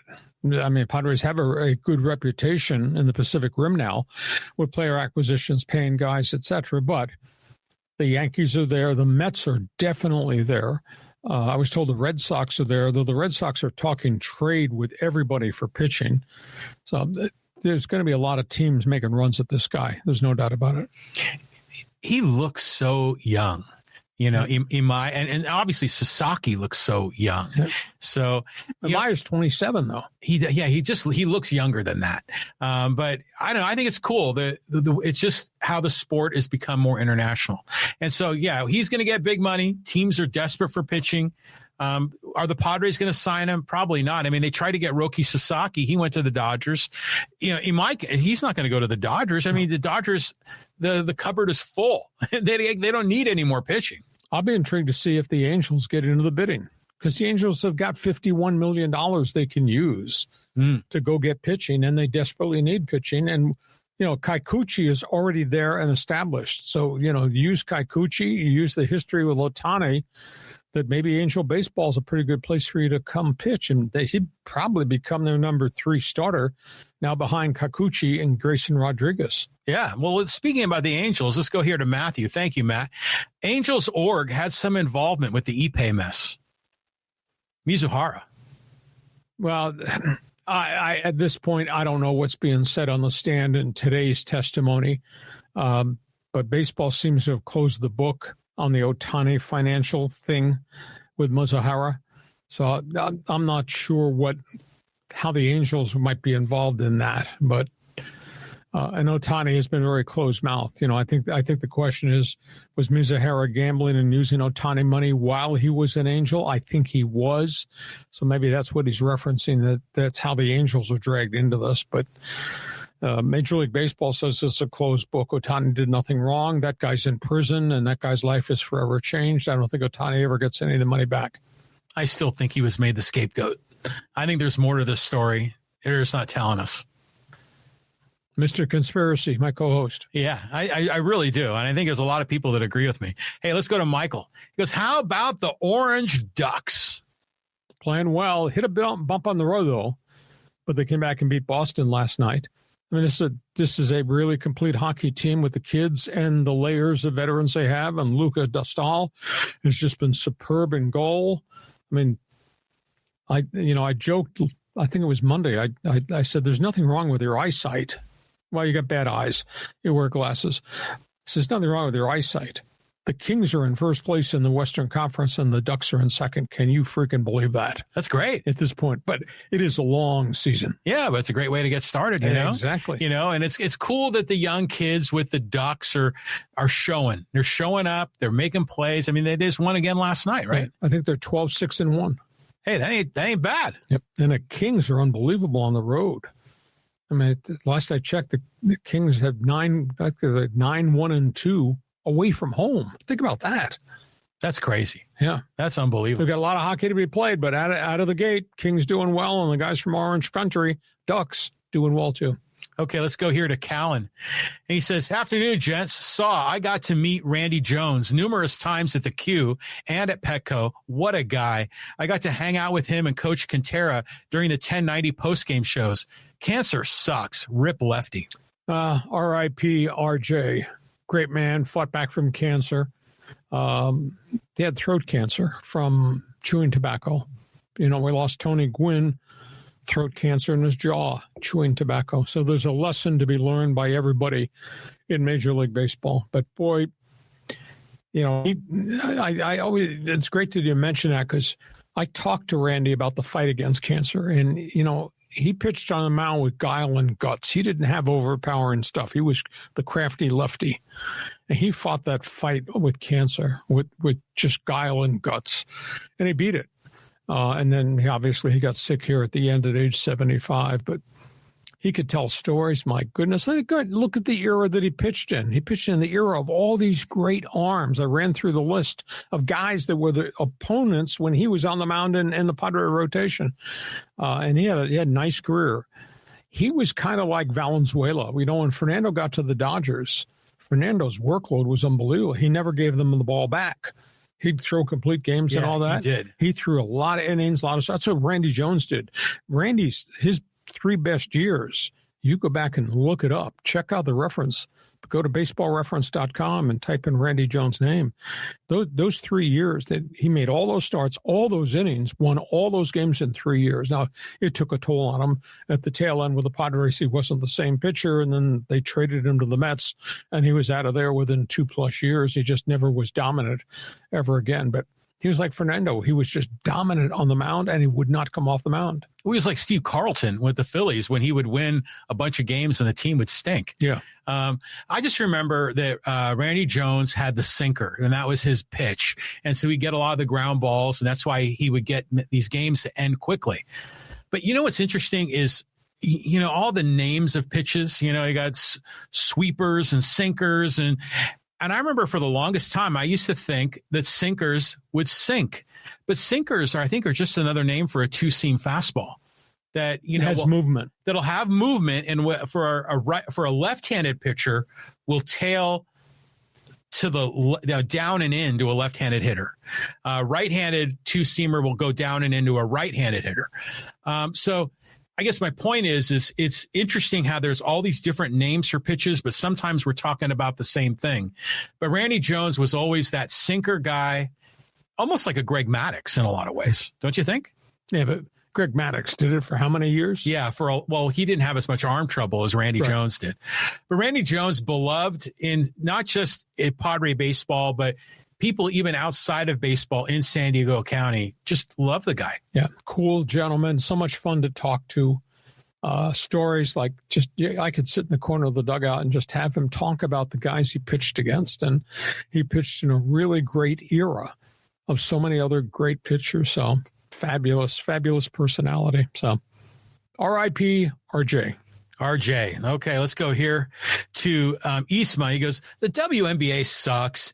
NBA is unwatchable. Can't pay me to watch it. Well, I concur. The game is an awful lot of athleticism now, and it's just different. But the WNBA, they've got a lot of really good players, and they play hard, and they play tough defense, and they hit a lot of 3-point shooters in the WNBA. So, you're turned off by the style of the game. I think you're influenced by what pro basketball has become, because a chunk of that is really unwatchable. There's a bunch of really bad teams in the NBA, but at the end of the day, WNBA's growth has just been phenomenal, and that's got a lot to do with the personas of the Caitlin Clarks and the Angel Reeses and all these other stars that have come. And it has now opened the eyes to America to women's college basketball. Women's NCAA tournament, it gets huge TV ratings too. So for basketball fans, that's okay. And if you don't like basketball, that's okay. There's so many other unique things there. Yeah, I'm a fan of the WNBA. I enjoy watching it. And by the way, did you see Draymond Green of the Warriors was missing shots underneath the basket, getting his own rebound, and someone in the stands said, "Hey, you're playing like Angel Reese." Here's yapping at him. Yeah, and giving him a hard time. But the WNBA I think I read in your best 15. Isn't Paige Becker's going to be in a movie or something? I remember I saw that somewhere. So. Yeah. So the point is that the WNBA stars are becoming more in the zeitgeist. We're getting to know these personalities. We're talking about them a lot more. So, good on the women. I mean, this is great. And like you say, the college game is better. Dawn Staley is fantastic. Yep.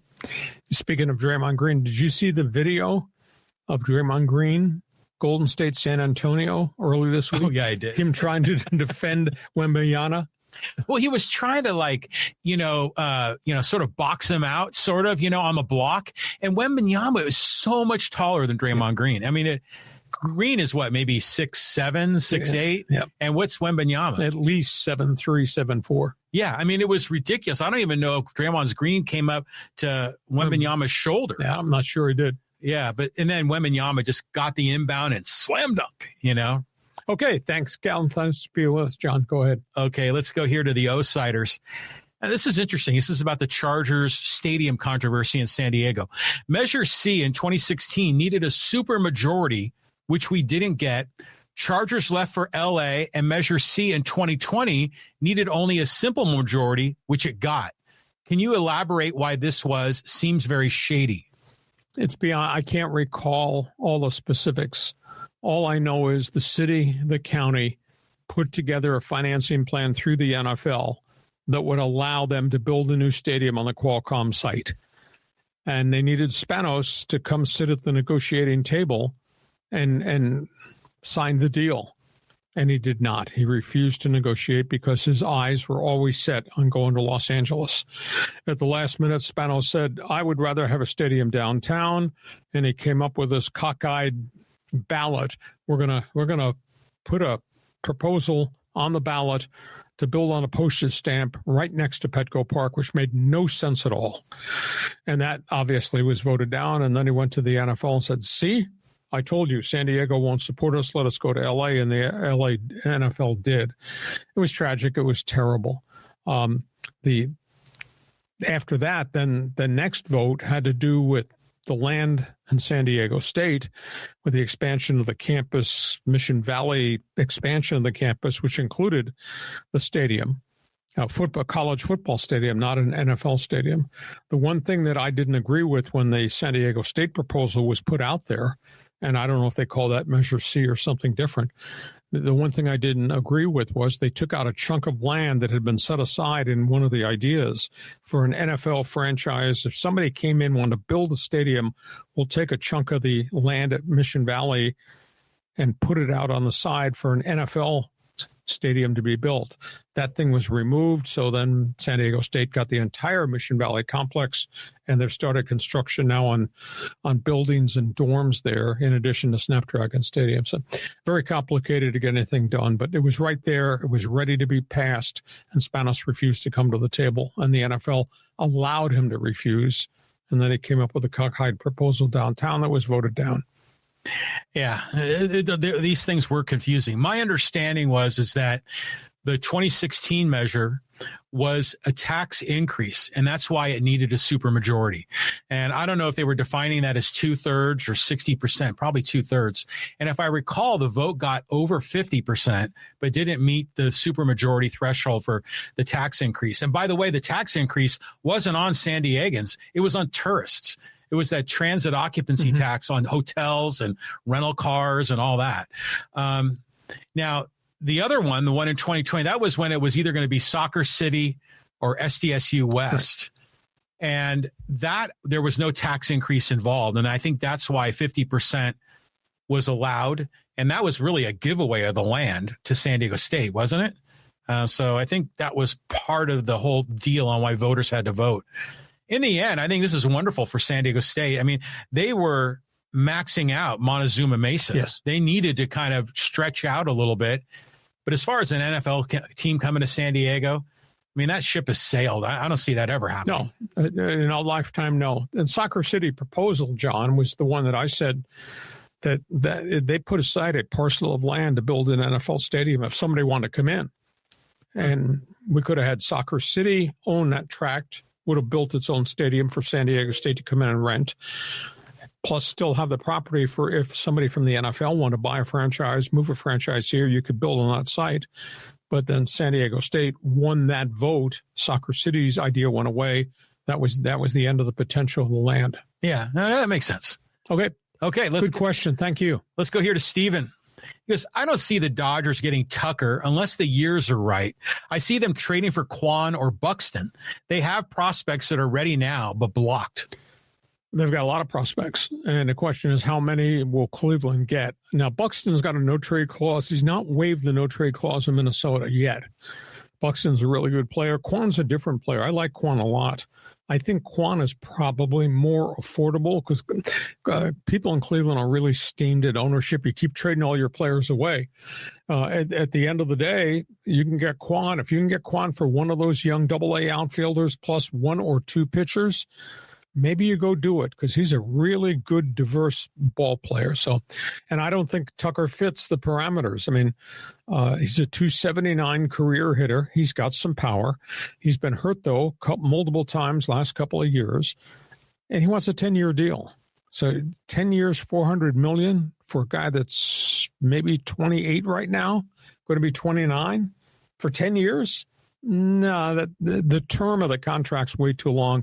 If it were a shorter contract, I could see it that way. But I would bet that they end up with Kwan, and then there's obviously other transactions they can make because they're the Dodgers and they got wealth and they've got guys they can trade. Yeah, but they could do all of the above, too. Yeah. I mean, this whole idea of a 10-year deal getting you into your late 30s, I mean, that's no big deal. I mean, but people are signed into their early 40s these days. That doesn't mean they're great contracts. No, well, I think the way they structure the deal is they know in those latter years of a 8-year deal or a 10-year deal that he's not going to be that productive, but they have to structure it that way so they can have the average annual value to fit within the salary cap. So, you know, the Dodgers are going to do what the Dodgers are going to want to do because they have the resources. So I mean, I could see a scenario where they get Kyle Tucker and they get Bo Bichette. I don't think so. That's way too much. Yeah, it's possible. But Bo Bichette solves one problem and creates a solution in the outfield because then Mookie Betts can go play right field and Teoscar goes out to left field and you still got Andy Pajas and you still got Edman, et cetera, in the outfield too if you need them. Yeah, you do. I mean, they got so many options. Hey, let's go here to Retro. He says, big test for both the Colts and Chiefs. Indy still needs to prove they're for real, and Kansas City hopes to bounce back, keep pace with Denver in the AFC West. Big challenge. I mean, Indy's still got some real punch-in-the-mouth games still to come. So does Kansas City. Indy coming off a bye week is huge for them. Just hit the reset button. There'll be a big challenge for Kansas City. Indy's defense is a lot grittier than anybody gives them credit for. And doggone Indianapolis not only throws it with Daniel Jones, but Jonathan Taylor leads the world in rushing. He's averaging 6 yards per carry. So this will be a massive test, I think, for Kansas City's defense. Now, the Chiefs' defense, led by Chris Jones, they're playing a lot better in the middle of the season than they played early in the season. And despite the KC loss in Denver, you know, the suckers at Arrowhead, I mean, they just play so well at home. And they got a lot of firepower on offense. Now, they don't run the ball, but they do throw it a great deal. Kansas City, Indianapolis got so many implications. It's so important. To me, it's a must-win game for KC. KC cannot afford to have 6 losses after Sunday night. Yeah, they can't. But, you know, you wonder, is the old Daniel Jones going to show up, especially with Steve Spagnuolo's creative defense and all the schemes he runs? Can Jones pick up those kinds of crazy blitzes and make the right play at the right time? This will be a true test. Or do they just run Jonathan Taylor a lot, which they've done? Okay. Big game. You're correct. It's good. It's a huge game, JR. Thank you for being with us. Okay, let's go here to Music to My Years. He goes, and by the way, thank you. Any idea the impact of the new TV contracts if there is a lockout in 2027? First of all, I hope there's not a lockout. You know, cooler heads need to prevail. Everybody's making money. TV ratings all-time high, attendance all-time high, franchises doing well. Solve it. We don't need a salary cap. The luxury tax acts as that lid. And if big boy baseball, Dodgers, Red Sox, Yankees, Mets want to spend over the limit, that's okay. Pour the money back in. The thing is the revenue share, how it's going to change, etc. The new TV contracts, they're great for baseball. How about this? I tried to do the math on this morning, and I'm not sure I figured it out correctly. ESPN walked away from $550 million a year that they owed for the next 3 years. So Rob Manfred went back and started to find other seekers and create different types of pies for the other seekers. So here comes NBC that wants to dive into baseball, not been in baseball for a long time. So they work out a deal for NBC. And then obviously they work out a deal for Netflix. Was it Netflix? Yeah, Netflix is interesting. Netflix is doing creative baseball. We're going to give you some special things: opening day, home run derby, postseason, Field of Dreams games. And then ESPN said, we want back in. So then they created a thing where ESPN bought MLB TV, which distributes the games to the old regional networks, San Diego, Pittsburgh, Seattle, Colorado. There's 6 of them. Milwaukee or Minnesota. So ESPN got access to that. ESPN's also going to have its own special night. There'll be 30 games for an entire season. So I tried to figure the total dollar value. ESPN walked away from $550. The new value of the new network partners is like $850 to $900 million a year. Yeah. So Manfred creatively restructured the ESPN package and fractured it off for each new member to get a component. So he did a good job there. And of course, this contract runs through the end of 28, I guess it is. And then all the TV contracts expire. And by then we're going to have something very, very different because Rob Manfred's going to make a difference. So I think it's good for baseball to have new investors come on to be part of your TV partnership. And this thing is just growing. So end of the day, don't stop baseball. Don't screw up 2027. Find a way to work on revenue share, find a way to have a floor to spending, because I think that's all baseball needs, because this thing has just grown by unbelievable increments every year. Well, see, they're growing the pie, right? And we've talked about that with the Padres and what they need to do to grow their revenue base. But this is overall baseball. The pie is getting bigger. This is going to make it easier, I think, when they do the negotiation for the next collective bargaining agreement, especially if you're going to have a floor to spending, because now teams are going to have more revenue coming in. But we're going to still get people complaining, like, why in the hell do I have to watch the game on Netflix? And I don't have a subscription to that. But, that's the whole world there. Streaming is changing that way. What do you think about the Padres? I guess they're going to be part of an ESPN package. They'll be part of the ESPN umbrella because ESPN bought MLB TV. MLB TV is distributing the Padres and all those teams that lost their regional contracts. But that's 6 right now. So is it going to look different? Maybe. I don't think they're going to change the personnel. I think the broadcast team will be the broadcast team. Well, I think I saw a post that Don Orsillo and, Mark Grant, they all said, yeah, it's the same team. Details are coming. So hopefully now with ESPN behind them, they'll have a good pregame, postgame shows. Mm-hmm. I would like to see that. And maybe there's more money. Maybe it's more than $30 million for the Padres. Maybe they can get 40 or 50 and kind of sweeten the pot a bit. No, they need, because that's one of the big things. I mean, everybody's writing about it. I talked about it on Monday. Padres never recovered from losing the $60 million per year that they were getting from Bally Sports and the old regional sports network.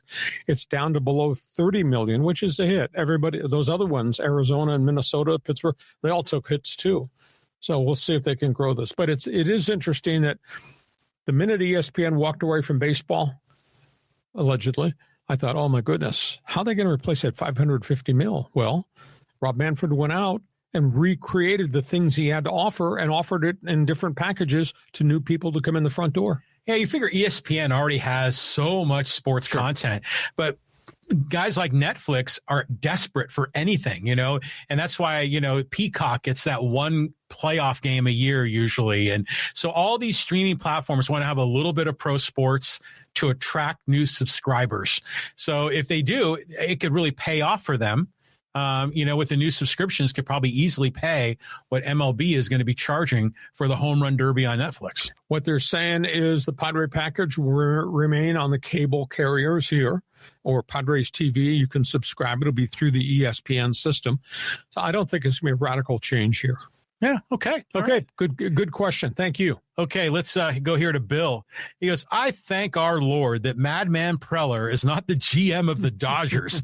Rip Randy Jones. Well, I agree with you about RIP RJ. In terms of AJ, I mean, he's given us 5 years of fabulous baseball. I don't necessarily agree with everything he's done in terms of how he's acquired players.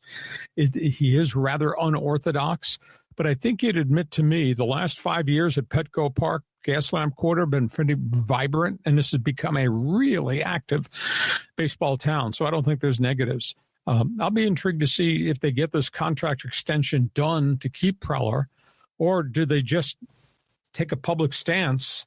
It's terrible for me to say this. Do the Seidlers now take the public stance? Franchise will be sold within a year. We will let the new owner who's going to buy the franchise, John Riley, make the decision. Are the Seidlers going to back away from doing this deal with AJ and just hide it under the excuse franchise for sale? We'll let the new owner decide whom he wants to run it when he gets here, and it gets here within a year. Well, they said it's going to be business as usual, right? That could change. Yeah, it could change. I mean, we thought that they said they were going to keep ownership forever, and that changed. So we'll find out. You know, in the end, it's funny though, because Dodger fans, it's fun to kick the Padres. It's fun to kick AJ Preller. I'll tell you what, Preller, I'm happy he's our guy. I mean, he's aggressive. He's doing things that Padre GMs were always too afraid or didn't have the resources to do. Preller's doing it. He stubs his toe sometimes, but I think he has won more deals, way more than he's lost. He makes the offseason really fun to cover from a media standpoint. It's really neat. And you can't argue with the product on the field the last 5 years. You can argue a whole bunch of things about the money, the deficits, the trades of the farm system, the mistakes, but you can't argue with the fact they've been in a pennant race 4 or 5 years in a row, and that's kind of made it sellout city, which is kind of cool. It is kind of cool. We're going to get to Aztec Mike, and he has 2 posts. I'm going to do each one individually. The first one gave us a little clarity on the deal. He says the city was going to give the land to the Chargers, and they declined. Then the city made San Diego State pay $96 million for what was going to be free for the Chargers. But the Spanoses came back. You're talking about the land for the stadium only. And the Chargers said no. Then the Chargers came back and asked for everything, all the acreage. I don't know, it was 46 or 96 acres. The Chargers wanted all the acreage. The whole parking lot, everything. Everything for free. And the city said no. But at the end of the day, they had a package there and a proposal there with the financing there. And all the Chargers needed to do was to come to the table and say, yes, we're going to throw our $300 million in, like the NFL put their G3 money in, like the city and the county put their money in. Boom. There's your $1.2 billion. Let's go build a stadium. And Spanos never came. Well, Spanos knows that the valuation of his franchise is going to go way up when it's in L.A., and he's playing in SoFi Stadium. So Spanos is doing all right. It was just, you knew the whole time that Spanos at heart was never in the San Diego market. And remember, who was that guy that they hired that was like a PR guy that was kind of the face of the whole stadium? Mark Fabiani. That guy, yeah. I remember he was involved with Bill Clinton on some other things in politics as well. He was just the face of it, but it was all sort of smoke and mirrors. Like, we like San Diego, we want to take care of the fans, but really, I never believed that. I never believed it either. They wanted to go play in LA. Okay, Mike, that's my answer. Okay, and then Mike had another one here. I want to get him in. Hey, senior night for the Aztecs Saturday night. They deserve much respect for staying in San Diego. Staying at San Diego State. No, this is great. Yeah, those seniors. What Sean Lewis has done to flip this thing. I mean, I don't know anybody, even you. I don't know anybody would have thought this thing potentially could have been 10-2. Not after a 3-9 season and just the continual turnover and churn of talent. So they've done a really, really good job. And I'd love to see him play in the Holiday Bowl. You know, Holiday Bowl's struggling to rebuild identity again. Don't have a corporate sponsor. Maybe they should change their rule and just take San Diego State if it's 10-2 and then match them against an ACC team or somebody from the Big 12. And let San Diego State play before a sold-out house here. I don't think that's going to happen. But Aztecs have a chance to go to the LA Bowl, which is where the champion of the Mountain West winds up. But SoFi Stadium, those fans I don't think a lot of fans are going to travel to LA to see that. So it's a tough time right now for the Holiday Bowl. But San Diego State, hey, They flipped it. I always believed in that coach. I know what that guy did at Kent State. I talked to people from the Mid-American Conference. I came from the MAC, so I know all about it. And he flipped it quicker than I thought he would. This is kind of unique, so it's pretty good.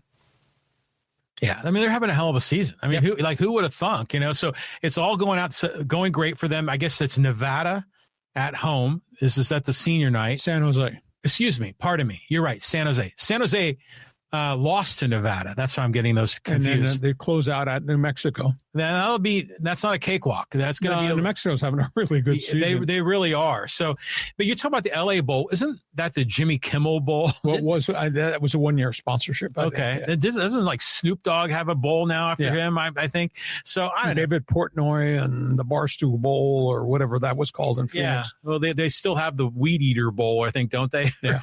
But at any rate, Aztecs are going to land on their feet. They're going to be in a bowl game, which will be exciting for the program, a stepping stone for Sean Lewis. I think it's terrific. And we were talking about them last week. Next year, they're going to be in the Pac-12 with a guaranteed spot in the college football playoff. And the Aztecs are going to be one of the top teams in the new Pac-12. Yeah, based on this season, you look at everybody going to the Mountain West, Aztecs are right there in the upper echelon in football next season. It's not Oregon State. I don't think it's really Washington State. No, maybe Boise and Fresno will bounce back. They've got quarterback problems, and that's why Boise tailed off and why Fresno State lost some games as they made quarterback changes. So Aztecs going to the new conference have an opportunity to be really good in that new conference. New conference might equal Mountain West 2.0. But look what the Aztecs have done in Mountain West Conference play this season. Yeah, it's gonna be a lot better than the Mountain West has been. I'm confident it's going to be a good. I mean, the Pacific Coast, we're going to have like our own, thing cooking. It's going to be good. I'm sorry, but it's not Washington, Oregon. No, it's not. But I mean, it's better than playing Air Force in Wyoming all the time, Mm-hmm. So this is a step forward. They're going to be a bigger TV deal. There's more money. It's a higher profile gig. The Pac-12 is back, baby. Okay. And then just a clarification here from Neil. He goes, the LA Bowl is the Gronk Bowl now. Okay. Whatever. And then the music to my ear goes, is that the AI? No, that's Grok, not Gronk. But talking about Musk, here's a comment from David. Thank you, David, for the donation. Padres should be owned by a local San Diego consortium. That's a way to compete with the top teams. Hope it's not Nazi Musk. Well, at the end of the day, baseball's become mega big business. I don't think there's that kind of money in San Diego. Obviously, one of the guys who likes baseball lives in La Jolla. Joseph Tsai wanted to buy into baseball. He owns the NBA Brooklyn Nets. Mark Cuban did own the Dallas Mavericks, and obviously has been a venture capitalist. So those are two guys that are in the running. Joseph LeCoq, his name has just surfaced. He's the owner of Golden State Warriors. And he's quite the sportsman. LeCoq's wanted to be in baseball, came close to buying a couple different clubs, put in a bid for the Oakland Athletics, and was going to try to keep him in the Bay Area, but was turned down. So those are three of the names that I've come across that I seem to carry an awful lot of clout.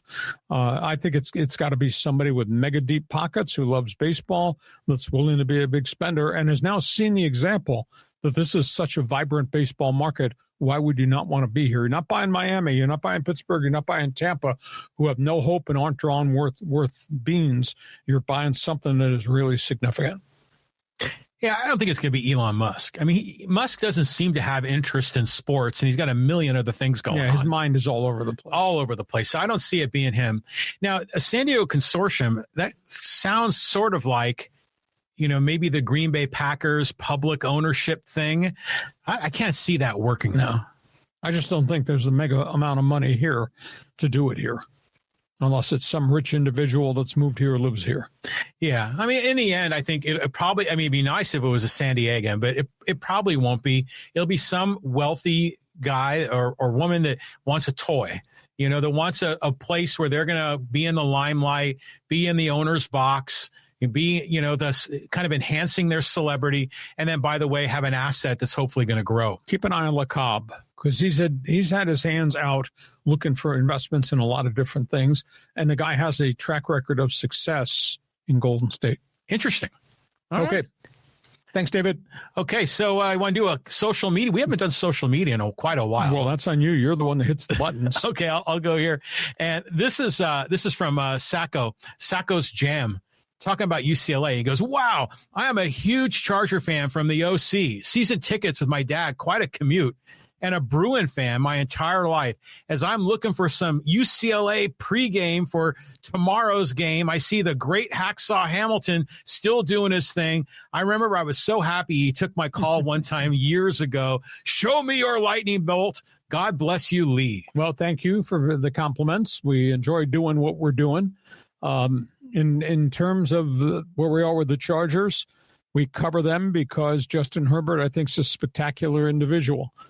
We cover the Rams on equal basis because I happen to think that might be a Hall of Fame quarterback in Matthew Stafford, and that coach is surefire successful in Sean McVay. So we cover those two, just like we cover the Dodgers, the Angels, the Padres. If it's in Southern California, we do talk about it a fair degree. The UCLA situation is not good. I don't know where this lawsuit's going to go. I don't know how they can extract themselves or think they can extract themselves out of this lawsuit at the Rose Bowl in Pasadena. It's gotten very, very bitter. It'll be very interesting to see if somebody tries to mediate this, if somebody makes an offer financially.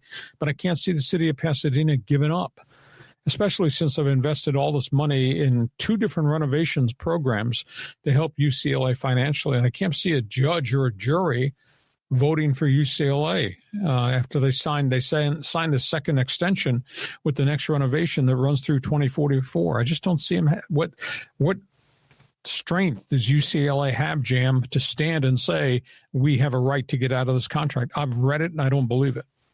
Yeah, that's a tough one to see if they're going to get out of that deal. But you know what? I mean, I really liked this post when I saw it because this is a guy that grew up with you as the voice of the Chargers. Him and his dad going down to Qualcomm from the OC. I get that all the time. I mean, that's great. I mean, it just kind of shows the impact that you've had in Southern California that have made people's lives special. I mean, you're a big part of a lot of people's lives and memories of what they've done with their family here in SoCal. Well, thank you. Thank you for the compliment. We worked awful hard. And people ask me, how did this ever happen? And I've told John the story about when I first came here as a voice of the Chargers in 1987. And I was the first guy they ever hired at the old Extra 690. So we were the first ones through the wall, and nobody else was doing it like we did it. And we had great people and all these different day parts and great personalities, and there was no competition. We owned everything. Now, granted, there's a lot of noise out there now, and everybody's doing talk radio, and everybody's got podcasts and things like that. But we were the first ones, and I mean, we did it really well. We did it for a long time, and unfortunately, the landscape changed. Corporate radio changed everything. Every one of the really good talk show hosts is now out of it, which is sad because most of us are now doing podcasts, and we're still pretty damn good at doing podcasts, whether it's me or Coach Quintero or Darren Smith or Scott Kaplan. I mean, each of my teammates is doing podcasts, and they're all structured very differently from what I do, but that's okay. But we had a good run, and we were the first ones to do it, and that's why I think people remember us for such a long period of time. Oh yeah, I mean you were exciting as a play-by-play man for the Chargers, but it was the best 15 in sports, you know, and what you did during drive time radio. Nobody's ever done that. It was awesome, you know. It was just so awesome. And by the way, Kaplan's still on the radio. Isn't he up in the radio in L.A.? In L.A. Can't hear him down here, but that's okay. So yeah, you guys were terrific. That's how I got hooked on you. Is Extra Sports 690. I think I first started listening to you in 89 or 1990. What a time. Did it a lot. We did it pretty well for a long period of time in a very volatile industry. A lot of people forget that. My industry is so volatile. And I spent 28 years in this market doing sports talk radio and NFL football. You know, you bring that up and people keep changing jobs, people getting fired, and unbelievable. Hacksaw's still going, man. They're trying. All right, move on. Okay, you want to move on? Okay, let's get another social media one in here. Let's make this one fast. Talking about the evil empire. This is from Packer Golfer. Hey, you lose more Dodger fans with that evil empire crap. Last time we checked, your beloved Padres owner is also a billionaire. Listen, did I wear Dodger gear doing this talk show? Yes. Have I praised the Dodgers extensively? Farm system, drafting, creative genius, all the talent? Yes. Now, obviously, I've also brought up topics on the table about Dodger way doesn't work anymore. Look at all the pitching injuries, the epidemic, the surgeries. So we talk about everything. What we talk about today with the Dodgers might be a little bit different than whatever the topic might be next Monday or next Thursday or 3 weeks from now. But we cover them. So it's not that I'm talking crap. I'm just talking about the issues of the day. They're the evil empire.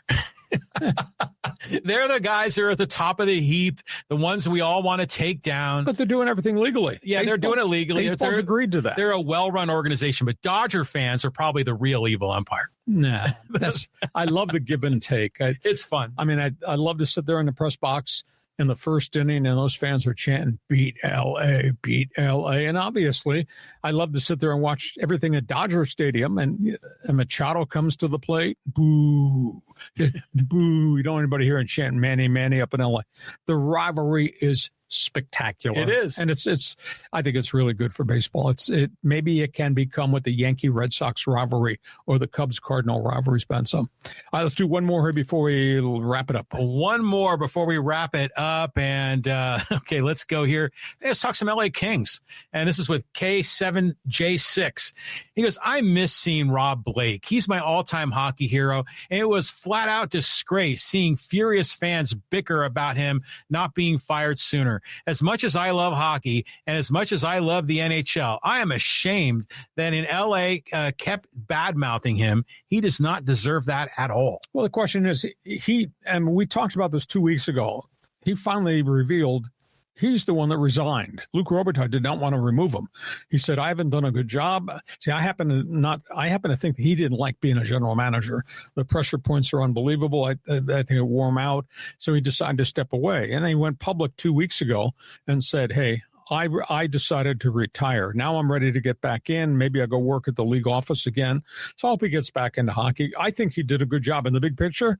He fixed a lot of the things that were wrong. The only problem is Connor McDavid in Edmonton was right in front of him 4 years in a row, which was hard. But thank you for joining us on Hockey Hotline. We'll talk puck anytime. Hey, that wraps up this podcast brought to you by Dixieline Lumber and Home Centers, 9 locations to serve you. John, have yourself a great sports weekend. Back here Monday at 1:30. Monday, Thanksgiving week. And we'll say thank you to you for being part of this great team on our podcast on Hacksaw's Headlines.